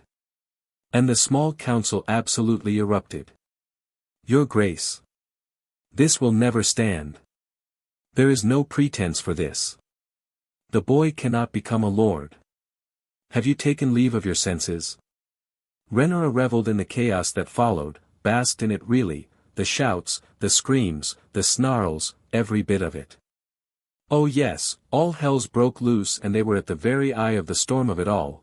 There was a certain dark delight to be had in being the center of attention. She'd rather enjoyed it ever since she was small, and she enjoyed it now, watching these so-called lords were tearing themselves apart over her and Naruto's engagement. Demon would have laughed himself hoarse had he been here. She settled for a smile in his place and resolved to tell him everything that transpired here. It would be glorious. Still, a lord. But that had set the fox amongst the chickens. Father had not discussed this with her in advance, though she was hardly adverse to his choice. Where was Naruto to go? What lands would he take? They could hardly give him Dragonstone now, amusing as it might be, but it still ought to be somewhere close and less. Yes, of course. The Stepstones. Clever of him. If they were to be cleared of pirates and slavers as Naruto could undoubtedly do, then resettled with good folk, they'd have a bastion against further invaders, to say nothing of the upswing in trade. He would need troops to command, of course, and father was mentioning something to that effect, but how to broach it? Blast it, but Sir Kristen was trying to catch her eye. She tacitly averted her gaze and refused to look his way. Honestly, that man. Perhaps elevating someone like him to the King's Guard had been a mistake in hindsight. Too late to take it back now though, she supposed. It wasn't as though he'd done anything wrong per se, nor had he taken any actions that might see him as TRPPD of the White Cloak yet. Still, should he dare step out of bounds or cause trouble over this, she would make him pay for it. With fire and BLD, if need be. For his part, Naruto weathered their criticism with an unusual stoicism, leaving her to wonder if he was quite alright. His face was worryingly blank. She squeezed his hand beneath the table, but he didn't respond. His hand fingers didn't even twitch against hers, and a secondary squeeze accomplished nothing. Oh, dear. Father might have broken him with that grand announcement. She nudged his thigh with hers, and when that didn't evoke a reaction, she stomped on his pinky toe. That got his attention. Naruto jolted back to himself with a start. Lord. He was a lord. Why was he a lord? He couldn't make sense of it all. Also, marriage. Actual marriage. Him and Renara. By the sage, it felt like he was going to pass out. And worse, Kurama was laughing at him. What was he to do about this? Marriage sounded kinda nice, but a lord? Him. He didn't know the first thing about being a lord. Renara kicked him again under the table, and he was grateful for it, because that outburst, coupled with the brief burst of pain, centered him and helped him to focus on the argument at hand. He'd hardly expected the small council to sing his praises, but this level of opposition was more than a little annoying, honestly. He noted those who didn't protest, of course. Lord Beesbury and Lord Lionel looked surprised, startled even, but though their looks were hawkish, they did not raise their voices as the rest did. Not so the others. Melas and Otto were against it from the start, judging by the mulish looks on their faces, to say nothing of Corlys.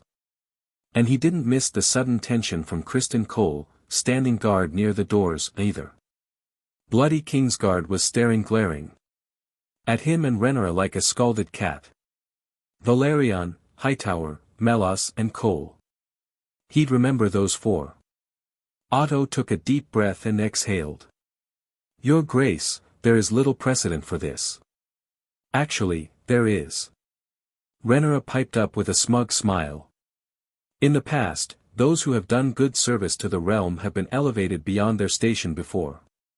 To knighthood. The hand of the king snapped back with a heated glare. This boy has no lands, no forces, none to serve him. Viserys took his remarks in stride. We shall address that in due time. Lord. Valerian tried to rally. The stepstones are vastly more important. Naruto sensed weakness and pounced. They are important. All eyes turned to him. Viserys smiled proudly. Do continue. Well, SHT. He'd done it now. In for a penny, in for a PND, as they say. Why did he get the feeling the old kind had planned this? Panicking for a moment, he hearkened back to one of the many lessons about the stepstones that Viserys had drilled into him. It wasn't just House Valerian suffering from these raids, if he recalled correctly. Aha! That was it. He remembered. Fine, They wanted to play games, so could he. Silver tongue, don't fail me now. Steepling his fingers, he straightened his back, steeled his face, and spoke deliberately. The Manderleys and even House Redwine are also being affected by this blockade, you know. Lord Corlys paused at that, perhaps startled by such knowledge. So they are. The king's grin grew, prodding him on. Had he really planned this far ahead? Surely not, right? Right? My point is this matter isn't solely a problem for House Velaryon alone, it's an issue affects the entire realm. When no one on the small council dared to object, he dug his heels in and aimed for the weak amongst them once again. If I liberate your precious stepstones from this so-called crab feeder, will you support me, then? By all accounts, those islands were teeming with pirates and slavers. Some. The lowest of the low. No one who would be missed. Which meant he needn't feel any guilt for sending them to a watery grave. A ripple passed over the council. Absurd. Preposterous. Otto scoffed. You'd need an army. He sneered at Alicent's father. I am an army, my lord. Such arrogance. Doddering old men should know when to hold their tongues. Naruto's head whipped around with an audible creak. He hadn't been the one to say that. Otto sensed the shift before it happened and looked across him. Have a care for your tongue, princess. I shall not. Rhaenyra burst to her feet with a snarl, teeth bared in anger. You never liked him from the first. None of you have. Her baleful gaze roamed across the small council, singling them all out one after another in turn. And for what? Because he doesn't come from a famed and storied house like the rest of you? I have half a mind to. Enough. Viserys thundered, his voice cutting through the argument like a lightning bolt, his gaze raking over the small council like dragon's fire. I came here today to give you glad tidings, not to be suffocated by all this politicking. My decision is final. And I will not have you disparage our guest. Naruto blew out a sigh. They didn't believe in him, didn't trust him, wanted him gone. After all, he had no lands, no wealth, no titles. His sole claim to fame were his abilities. That suited him just fine. He'd show them his power and they would learn. Perhaps that was a sign just how much these Targaryens or perhaps just Rhaenyra and Daemon had rubbed off on him. I love being underestimated. Look, I meant what I said. He raised his voice anew before another argument could brew. If you're that worried about the stepstones, send me. I'll have them cleaned out in a year. Probably less. Won't be hard. A lone shrug of his left shoulder added weight to the words as the lords looked amongst themselves. I can even keep you and Emma safe at the same time. For his part, Viserys quirked a bemused brow. You are skilled, but even you cannot be in two places at once. Naruto smiled as he rose from his chair. It was a smile that would terrify their enemies. About that. Smoke bloomed once. Twice. Thrice. 3 shadow clones waved back. Viserys blinked. He blinked hard. I stand corrected. Maester Melas fell out his chair, crawled backward like a drunken crab, and made a sign to ward off evil. Witchcraft. Wizardy. We must cast him out at once. Go ahead. Try. He crossed both arms before his chest and his doppelgangers mimicked him. I dare you. None dared make the attempt. Because in that instant, he allowed his true feelings to break free and flooded the room with killing intent. It was only for a moment, a sliver of a second really, but it was enough. No, more than enough. The room fell into shocked silence. He tilted his head, and happily shattered it, speaking in unison with his clones. That's what I thought. The maester whimpered anew. The small council, meanwhile, somehow proved even less enthused. Otto Hightower looked like he'd bitten into a lemon, Corlys had reared back up out of his seat, while Lords Lionel and Beesbury seemed to be one breath short of suffering in an anxiety attack. Those two, at least, he felt bad for, not so the rest. Lord Lionel dared to lean over and poke one of his clones in the side. Said clone smacked his hand away, eliciting a shout from the MSTR of laws. Lord Beesbury nearly fainted dead away. Gods! They're real. Naruto scoffed. Why would they be anything less? Kurama coughed in his ear, interrupting his amusement. On your left. She's staring. With that, he became suddenly and keenly aware of Renora watching him with very wide eyes. Sage knew what was going on in that head of hers, but she almost looked, dare he say, excited. Why would she be? For a moment, he thought she might jump him here and now. She rubbed her thighs together and bit her lip. A surge of dark heat shot through him as he remembered just what those lips could do. Shelving that thought for later, he turned back to face the king. Satisfied? Quite. Viserys steepled his fingers, ruefully impressed with him.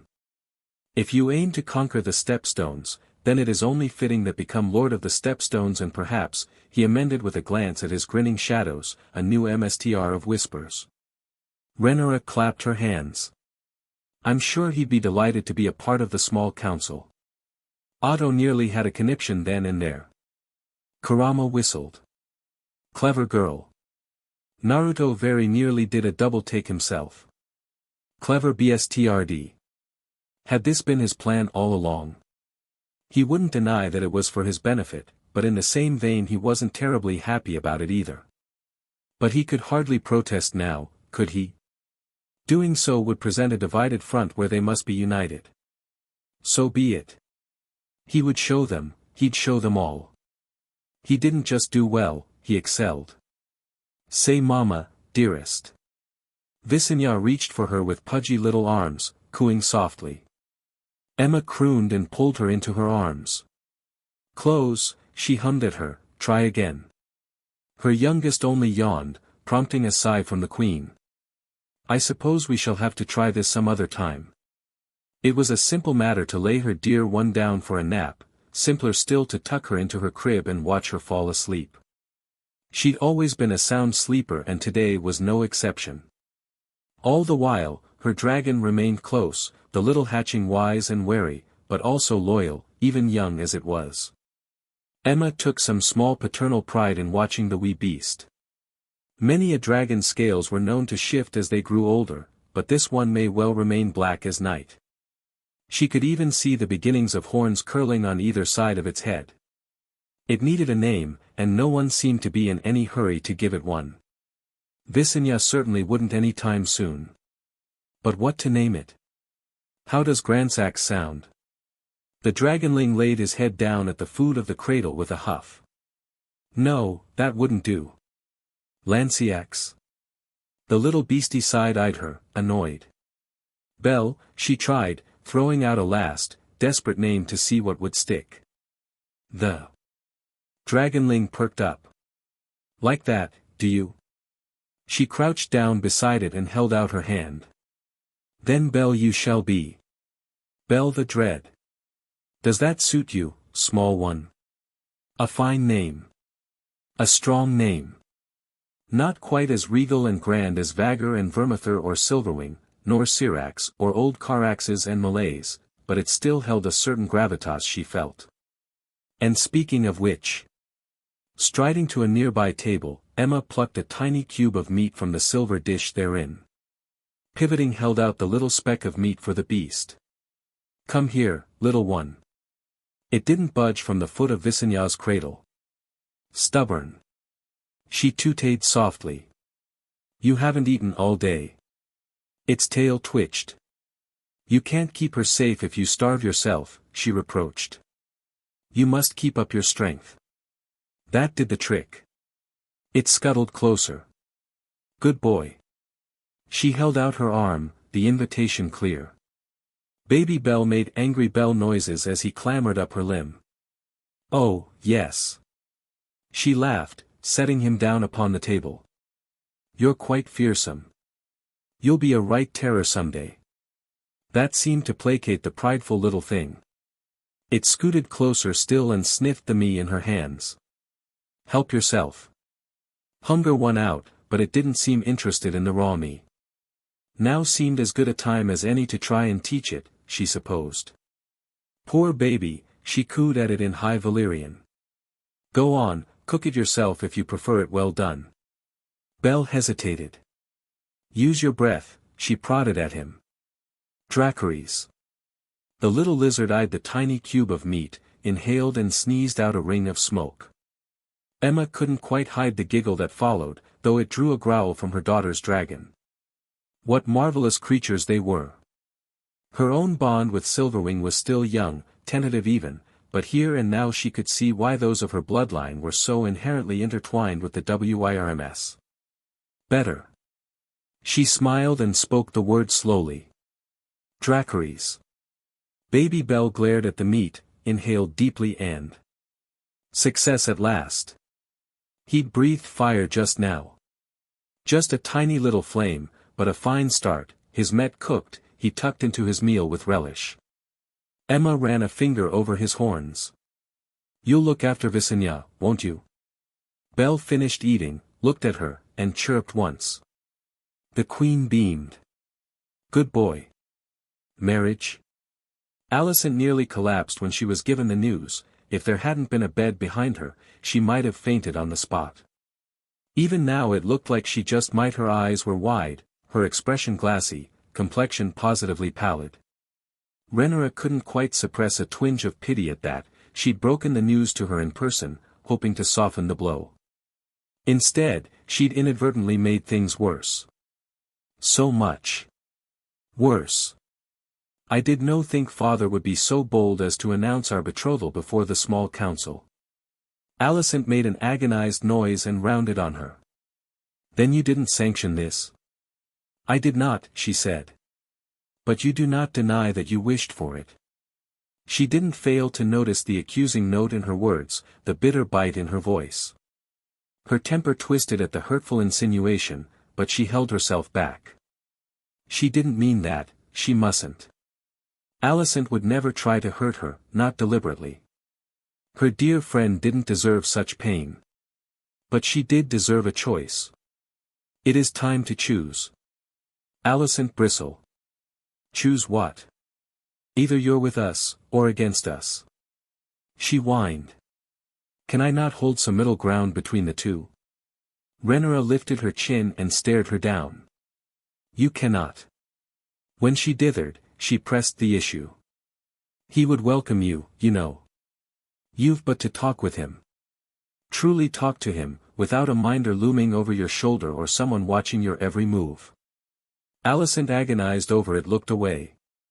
Your father would set the realm afire in his haste to see you happy. Good. She found herself rather fond of fire. I am a Targaryen, not merely some broodmare. She clicked her tongue when Alicent instinctively made to protest. Nor are you. She took her hands in hers, stroking her pals with both thumbs to hold her close.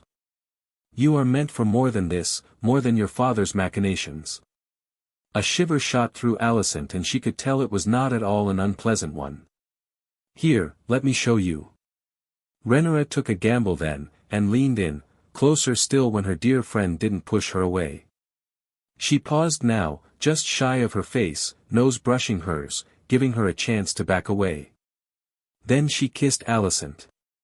Her mouth found hers, softly at first, gently, then with need, kissing her fully, deeply, as she hadn't back in Dragonstone.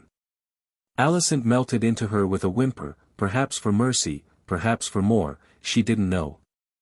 Whatever the case, she didn't relent. On the contrary, she took hold of her right hand, pushed her down to the bed, and pinned her there as her left slid between her legs. Tempting her, teasing her, lips lingering along her cheek, dragging across her neck with all the fiery fierceness of her BLD, until the object of her affections mewled and whined beneath her.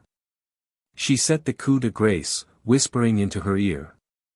Think how glorious it would feel if he were here, too. Alicent withdrew with a whine, eyes wide, cheeks flushed. That's not fair. Life isn't fair, she cupped her cheek. You must make it so. It was tempting to press the matter, to pursue, to devour her whole as a true dragon would.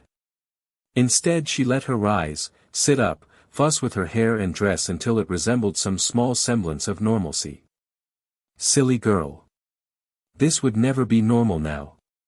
Not between them. I need to think on this. You've been thinking, she declared. You're out of time. Her dear friend wilted with those words. Naruto leaves for the stepstones tomorrow. I intend to go with him. I would have your answer by then. You what? Alicent stared at her. You've been with him again, haven't you?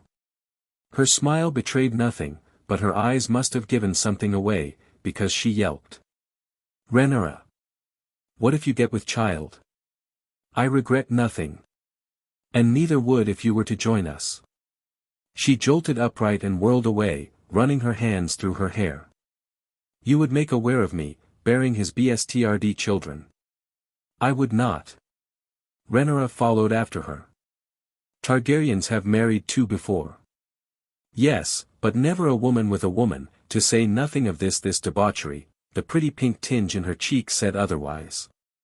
Father would never allow it. She tilted her head. I am not asking him. I'm asking you. Do you not wish to be free of his cold grip at long last? I do, but not like this. If I do this, I shackle my fate to yours and his. Yours would be mine, win or lose. Silly girl. That's what love means. But Alicent was raving at her now, wild with her own fears. You would turn the faith against the realm. Or the realm against the faith. F the faith. Rhaenyra rolled her eyes when Alicent dithered. You Hightowers and your bloody seven-pointed star. Why should we care what a bunch of septons think? Alicent grabbed her wrist. Listen to yourself. The crown and the faith are the two pillars that uphold the realm. If one were to turn against the other, we would have war. Was that her fear? She took hold of the hand grasping her arm, threaded it into her palm, and kissed their intertwined fingers. Then let us have war.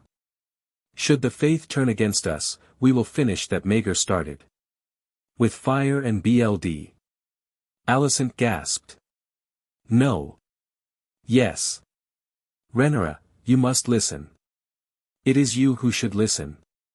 She snarled when Alicent tried to shush her, her blood was up now, the dragon within her roused in all its fury, her bright eyes alight with equal parts exasperation and anger. My path is set, I have made my choice, and I will not be swayed from it. She would not let that awful dream come to pass, not when she could finally be free, with father's blessing no less. What will yours be? Alicent bit her lip and looked away. Here at last, she took pity on her. It is not too late. She gestured to the sealed door and the small table set beside.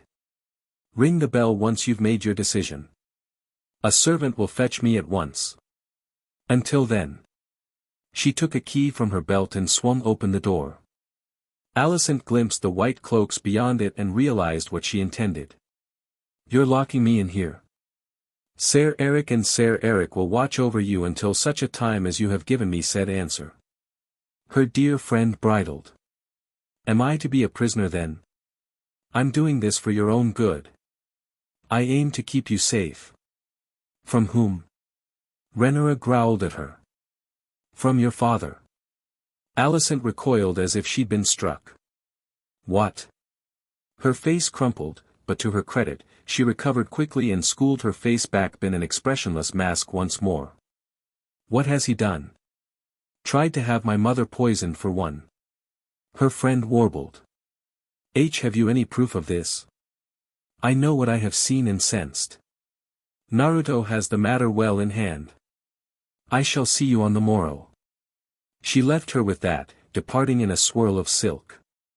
Alicent lunged after her with a cry, but the king's guard stood resolute in their duty, closing and locking the door in her face.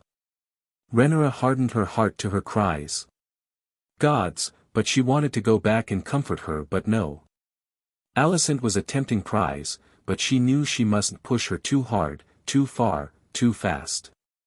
If war was coming and she believed it was, she would need to step up her training. She hoped she would see sense. You're dying, demon. He opened his eyes and sat up with a cough. Grimacing, he glared at his hand and the BLD there. Bugger. He was of the BLD of the dragon. Whatever this foul affliction, no matter the malady, he would not die quietly. Caraxes trilled in the distance, missing him, calling to him, eager for action. He looked to the window and dragged himself upright. Time to fly. Ser Kristen cornered her soon thereafter. Rhaenyra knew it was coming. From the moment she left Alicent's chamber it was merely a matter of time. She'd like to say she happened upon him by chance, but she knew the ugly truth. He'd been following her for some time now, ever since she'd left Alicent's chamber. At the time, she hadn't thought him fool enough to confront her, that he wouldn't follow her into the gardens. Evidently she'd been wrong. Ser Kristen Cole had become one of her few regrets in this life. He was handsome enough at a glance she supposed, but those rakish good looks were somewhat tempered by his what was it? His honor? Fastidiousness? Regardless, there was something off about him. She felt he could be trusted to protect those in his charge with all might, and yet when the subject of Naruto was broached he became increasingly recalcitrant as of late, if not downright irate. And now blast it all, he was going to make a meal of this, wasn't he? Princess. Whirling, she faced him in a swirl of silk. I wish to be alone, Ser. He didn't budge, DMN him. Is it true? Rhaenyra tilted her head and feigned ignorance, quietly hoping he would let it be and leave. Is what true? That you are to be married. True enough, and Alicent too, if she had her way, she would not leave her one and only friend cold and alone if she could help it. Oh yes. She would keep her nice and warm. Your Grace, please. This is folly. Her delightful little fantasy shattered, replaced by the reality of the boring man before her. You must reconsider. So they were doing this, then. Let none say she was a coward. I fail to see the folly here. The man adopted a mulish expression, but she refused to rise to the bait, and so he sputtered, incoherent. He's not even a lord.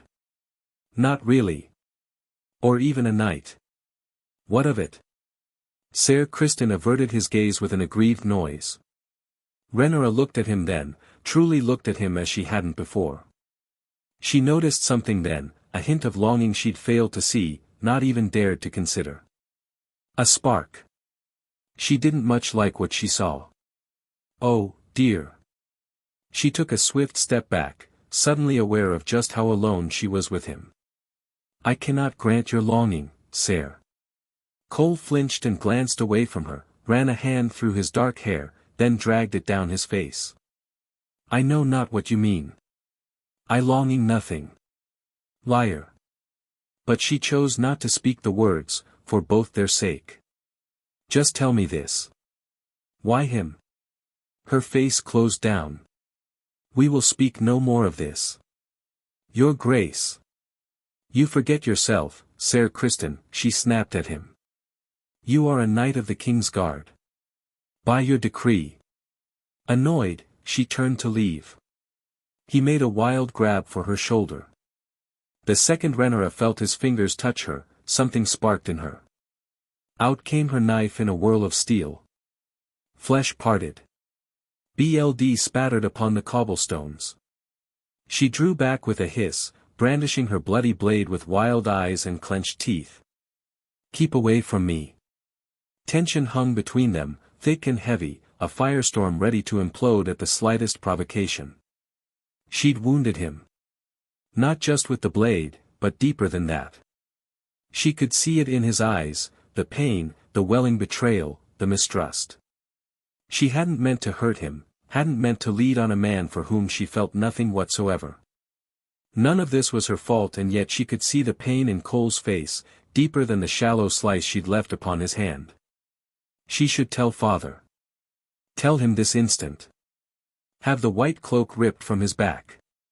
Cole regarded her sadly, cradling his bloody palm, and though he made no move to approach, she could hear the agony in his voice when he spoke. Please, I must know. Why him? What do you see in him? A loaded question if ever she had heard one. In the end, she forced herself to settle for the simplest, most honest answer she could give. Perhaps that would finally satisfy him. DMN her bleeding heart. Hope. She cleaned her knife with a cloth and stowed it before throwing said cloth at him. See to your wound and do not touch me again, lest I rip that white cloak from your shoulders myself. Cole tensed. I serve the king. By my decree. She threw the words back in his face. Good day, sir. Kristen winced and she took the chance to flee. For once, he did not follow in her wake. Wherever Naruto had fled, she prayed he was having a better time of things than her right now. Syrax trilled softly. Easy now. Naruto approached the golden dragon with soft and steady steps. Please don't try to set me on fire again. I rather like these clothes. The young dragon seemed to consider that for a brief moment, her nostrils flared and expelled a plume of black soot. No. He moved a finger at her. Don't even think about it.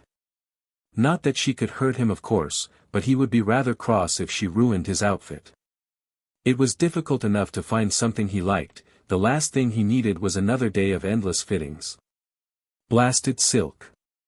It had taken no small amount of cajoling on his part to get Renra's dragon all the way out here to the beach in the first place.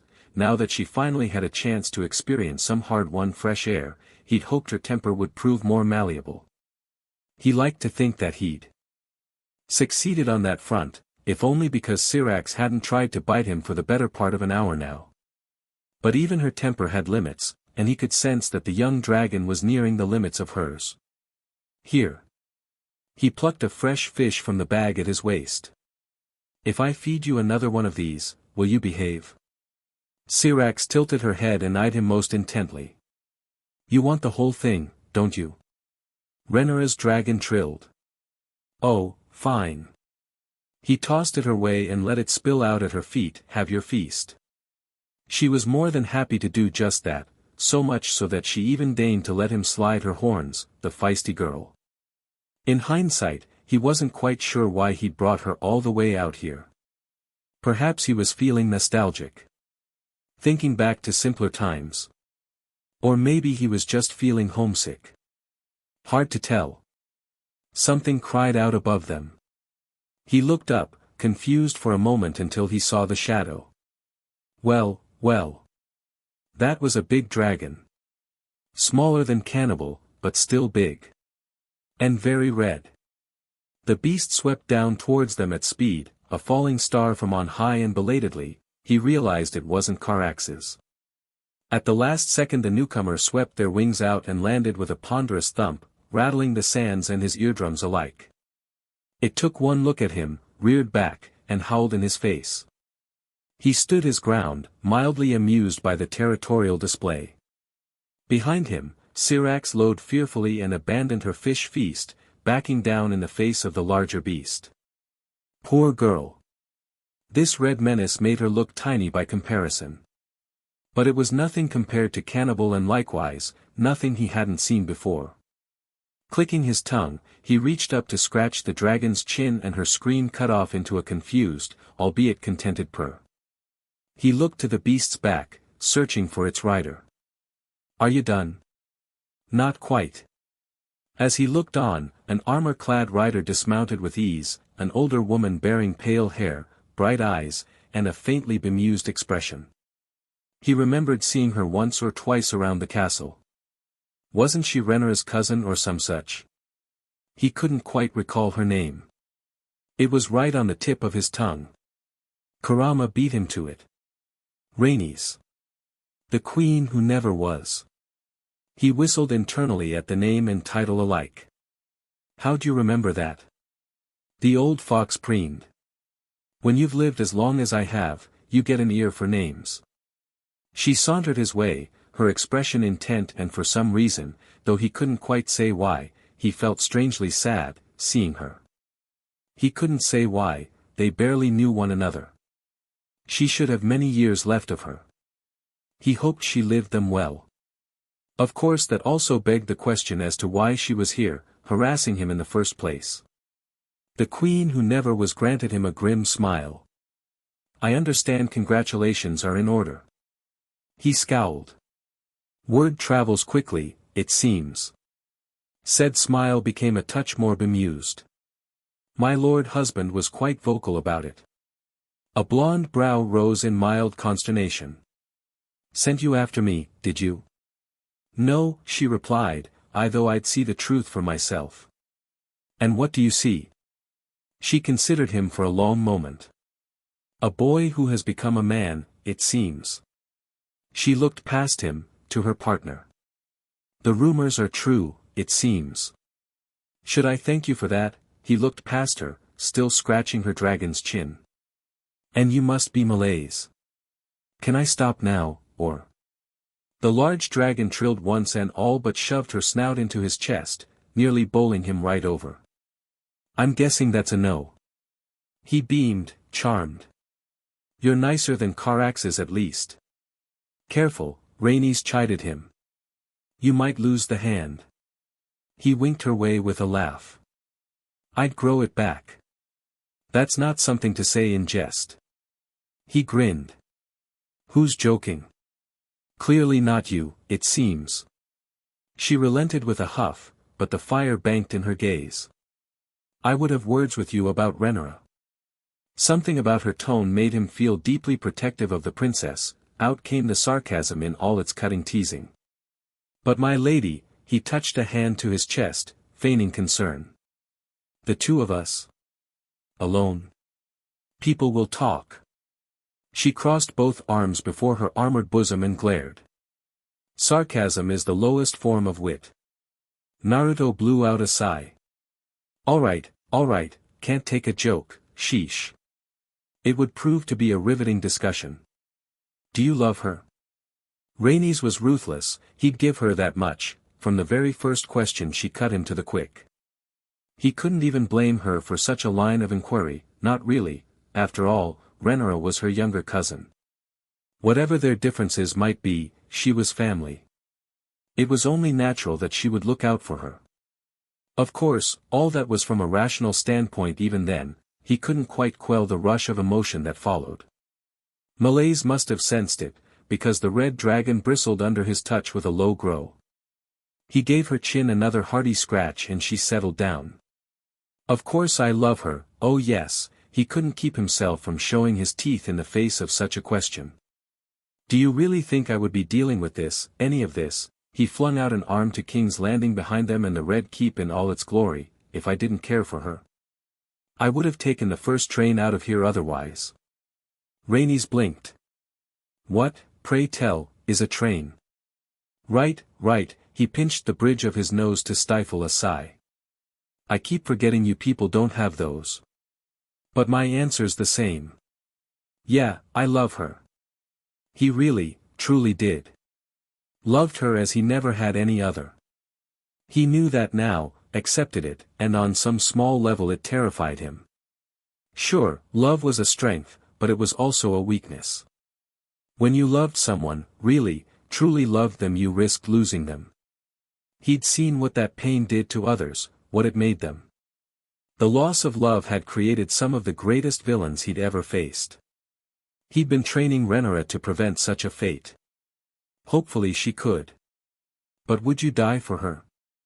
Rhaenys pressed. His eyes blazed gold as his temper briefly slipped its leash. Careful now. Malaise grumbled under his hand, and, having had enough of their bickering, shook herself free and loped toward Syrax. Naruto let her go, content to have the two dragons take wing and frolic in the skies. He never once took his eyes from Rhaenys, who, if anything, seemed to be watching even more intently now than before. What wild eyes you have, she mumbled under her breath. Your mother must have been very appealing. Heat spiked through his face, but he refused to let her steer the subject to safer waters. Since we're playing 20 questions here, what do you think of Rhaenyra? I believe she loves you, her response proved immediate, if exacting. And you love her. He lifted his chin to stare her down, glare for glare. You don't approve. She scoffed. My approval matters very little in the war to come. I would have it nevertheless, he said. Well spoken, aren't you? When I want to be. Something akin to approval flickered through the gaze of Rhaenys, even as his own dimmed back to blue. You do realize that girl may well be named the heir to the Iron Throne if her father has his way. If Demon gave up his rights, which was highly unlikely, but stranger things had happened before. I'm aware. You have my thanks for that, by the way. What was she on about now? What are you thanking me for, exactly? For lighting a fire in the king, she tossed her head, idly flicking a strand of pale hair behind one ear. It's high time he showed that council of leeches what it means to face a true dragon. You're a shrewd one. The tiniest glimmer of pride in her eyes was his reward. I would not have lived this long if I weren't. Feisty. In another life and if she weren't happily married he might have fallen for this proud, regal woman. Another tale for another time, perhaps. Shaking himself, he opted to leave her with a warning instead. Speaking of living, but you should mind your surroundings more especially on Dragonback. Back at Dragonstone, the cannibal could have easily snapped Syrax up in a single bite, had the opportunity presented itself. Malaise was bigger and more experienced, to be sure, but he knew that Dread Dragon could easily take chunks out of her and whomever might be riding her at the time.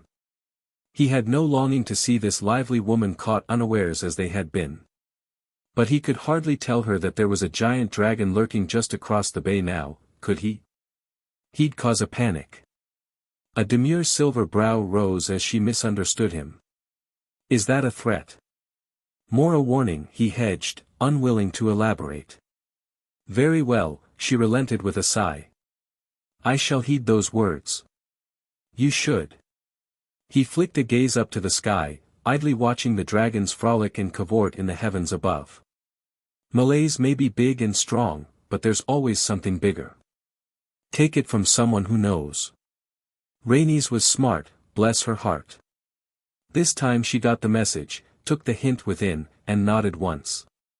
Speaking from experience, are we hungry? Agony stabbed into his temples as the cannibal's voice plunged into his mind, stabbing like a rusty dagger. Lovely. Apparently the titanic dragon wasn't just invading his dreams after their little flight, it was actively in his thoughts. He really ought to get that one a better name the next time they met. Assuming Cannibal was content to stay on Dragonstone. Something told him he wouldn't be. Not for much longer. Out with you. Kurama snapped, driving his presence back in a rush of scalding chakra. It's crowded enough in here. I would look in on Demon before you leave, Rhaenys said suddenly, claiming his attention as was her wont. He's not been well. Alarm coursed through him and made his heart hitch. How? His brow furrowed. I healed him. He should be recovering. She stared at him intently, then perhaps you should consider who is overseeing that man's meals. Otto again. Would that he could just throw him in a cell and be done with this. He dragged a hand down his face and took a breath to steady himself. I'll see to it. I leave for the Stepstones in the morning. We leave for the Stepstones. Rhaenys corrected him. He perked up. I beg your pardon. You're forgiven. The princess smirked at him indulgently, and for a moment, he had a glimpse of the Spitfire she'd been in her youth. Did you think I would let you take my little cousin off to war without a chaperone? Another surprise. His thoughts fizzled out spectacularly. Rhaenyra's coming with me. The rider of Malaise blinked quickly. You didn't know. He grimaced. I most certainly did not. It seems I've spoiled the surprise, then. Poor fellow, she clicked her tongue and gave him a commiserating look. I dare say she'll never far from you now, not if she can help it. Well, she wasn't wrong about that. Rhaenyra could be clingy when she wanted. The Stepstones aren't going to be a walk in the park, you know. Rhaenys walked past him, forcing him to follow or be left behind. Then it is well that you have taught her how to fight. Right, okay. He could handle this. Talking her down was going to be impossible, he knew Renara well enough for that by now. She'd have to wear armor, solid heavy plate, but not too heavy to move in, and that might well delay their departure. A hand clapped him on the shoulder. He looked up, momentarily nonplussed. When had Rhaenys gotten so close? Keep my husband safe on this misadventure of yours and you'll have my support in the chaos that comes. The queen who never was regarded him for a long moment. Be good to her. She's been through more than you know. A distant shout drew his ear and he looked up to find the very subject of their discussion rapidly descending the stone steps leading to the beach, her Kingsguard noticeably absent for once. She and Cole must have had a fight. Good. He'd never liked the man. That's surprisingly petty of you. What can I say? I'm only human. And I don't like the way he looks at her. The dragons must have seen her, because Malaise winged down with Syrax in her wake. The latter nosed into his side, demanding chin scratches, just as Malaise had. He gave them gladly, but somewhere between then and there he lost track of Rhaenys. By the time he looked back, Renara's cousin was already slinging herself back into the saddle. She spared him a brief, lingering glance. Good luck, Lord of the Stepstones. You'll need it. With a mighty downstroke of its wings and a triumphant cry, Malaise took flight, leaving him and Syrax be. Naruto twitched. Leave it to her to get the last word in. Syrax trilled lowly in their wake and nuzzled him anew. Yeah. You were on your best behavior, weren't you? He rubbed her snout. There's a good girl. Wanna get some more fish? Renara reached them a moment later, cheeks flushed. Should I be jealous? Nah, he craned his neck back. Nah, you know you're the only girl for me. She looked toward the horizon and the rapidly retreating Melis. What did she have to say? He didn't see much point in discussing it. I think she was sizing me up. She didn't mention Allison perchance, did she? Not at all. He sat down and let Syrax lumber off to finish her feast, her quota of chin scratches momentarily filled. Still on about that, eh? What can I say? Renara retaliated by laying her head on his lap, effectively pinning him in place. I want what I want. Who, you mean? He couldn't help but correct her as he began stroking her hair. She rolled her eyes. Semantics. A moment of blissful solitude followed. It couldn't last. Naruto sighed into it. I'm not even sure it would work with her. She tensed in his lap, glancing at him out the corner of her eye. Why ever not? For the love of.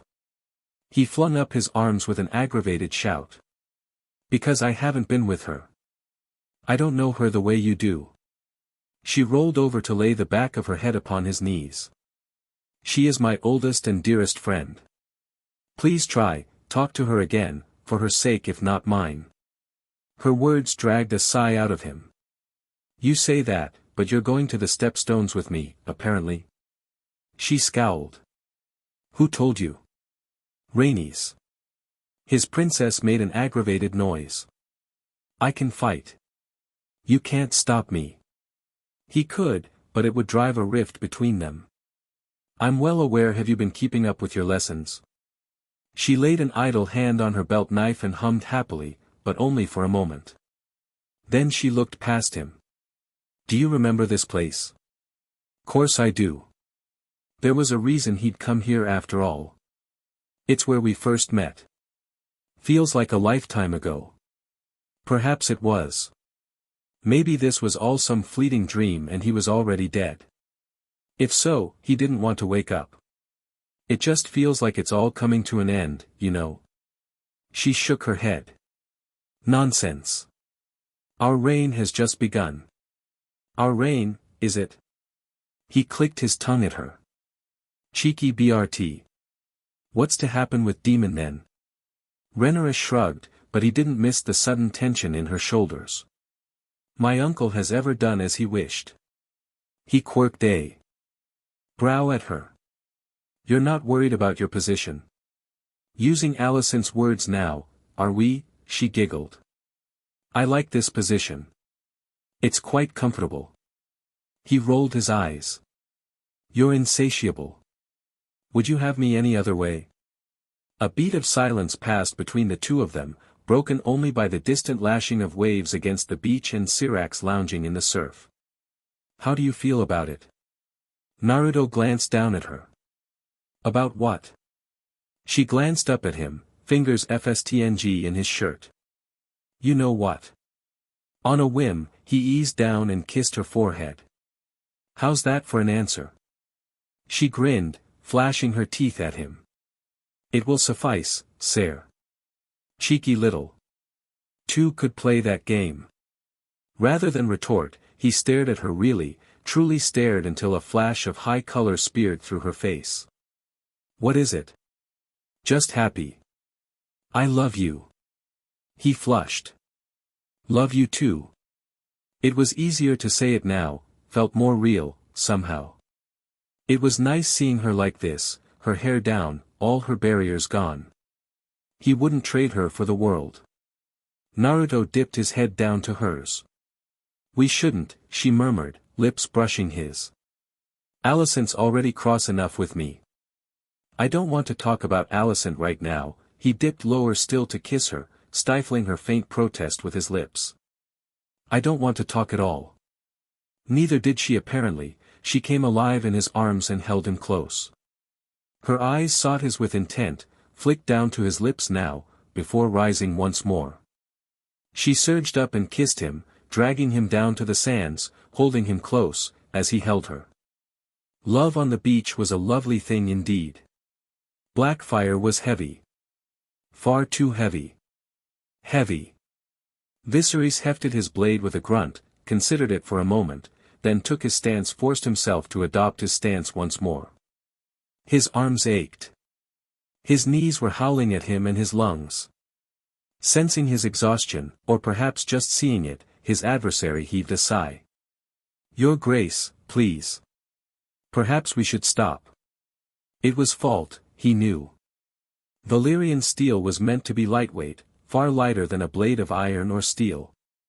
It spoke to his own physical weakness that he could not wield such a sword with ease, let alone skill. It was something of a sobering realization for him, one he was determined to correct. I gave you an order, Lord Commander.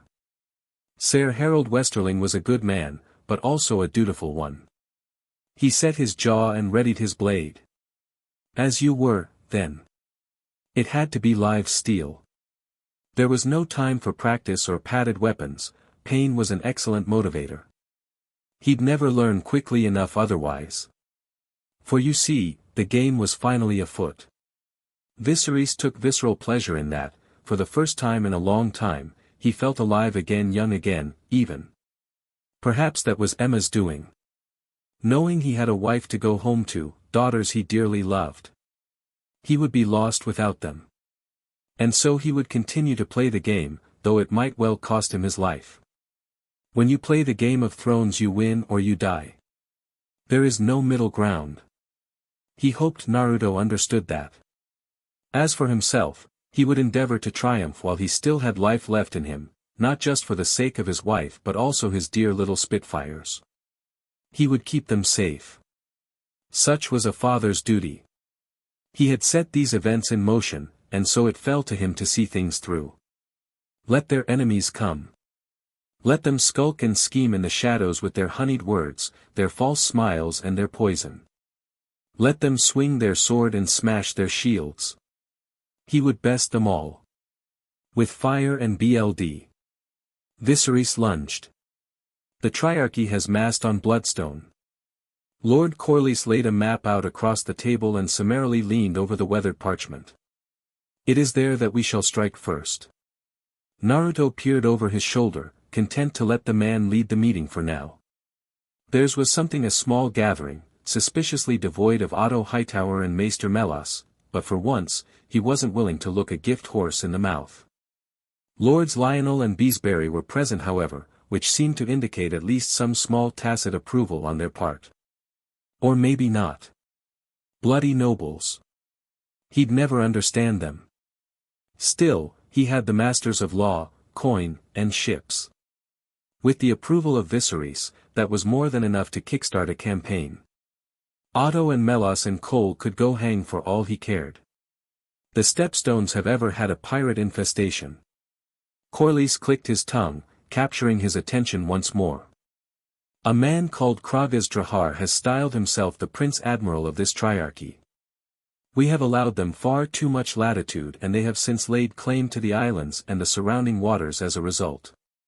Now that those shipping lanes have fallen, they are beggaring our ports, as I'm sure you all know. All eyes fell upon him. Naruto lifted his chin and met their stares. The MSTR of coin faltered first, looking away.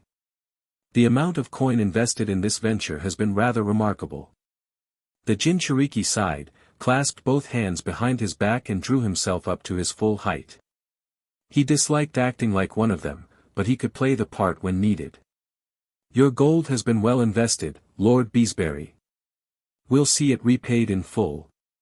The older lord chuckled ruefully. As you have invested time with the princess, no doubt. Naruto sputtered, unprepared for the sudden verbal riposte. Oi. Lionel Strong coughed. Watch your tone. Why should I? In fact, rather approve. He was actually genuine about this. Naruto could sense that much for himself. But why? Don't make such a face, lad, the older lord rattled a laugh. I was young once myself, I knew a lass much like her in my youth, and I let her slip away. Let me tell you, it's the fiery ones you need to watch out for. Lionel coughed anew. Shall we return to the matter at hand? If we are to do this, Corlys cautioned him, and we are doing this, then we must eradicate them in one fell swoop. There can be no survivors. You must kill them all, ever pirate, slaver, murderer, to a man, his keen gaze met his, worn and weathered by the seas. Can you do that? Butchering bad guys and saving slaves. Yeah, he and Kurama could do that. Naruto cracked his knuckles merrily. It won't even take a week. Alicent rang the bell. Almost at once, the door creaked open. Rhaenyra awaited her on the other side with a smile. I'll have your answer now. So alright folks, that's all for today. Stay tuned for part 4. Do subscribe, like and share for more such videos. Also check out the story and author NeonZangetsu on FANFICTIONnet. Press the bell icon to be notified first on release. See you in the next video, till then goodbye.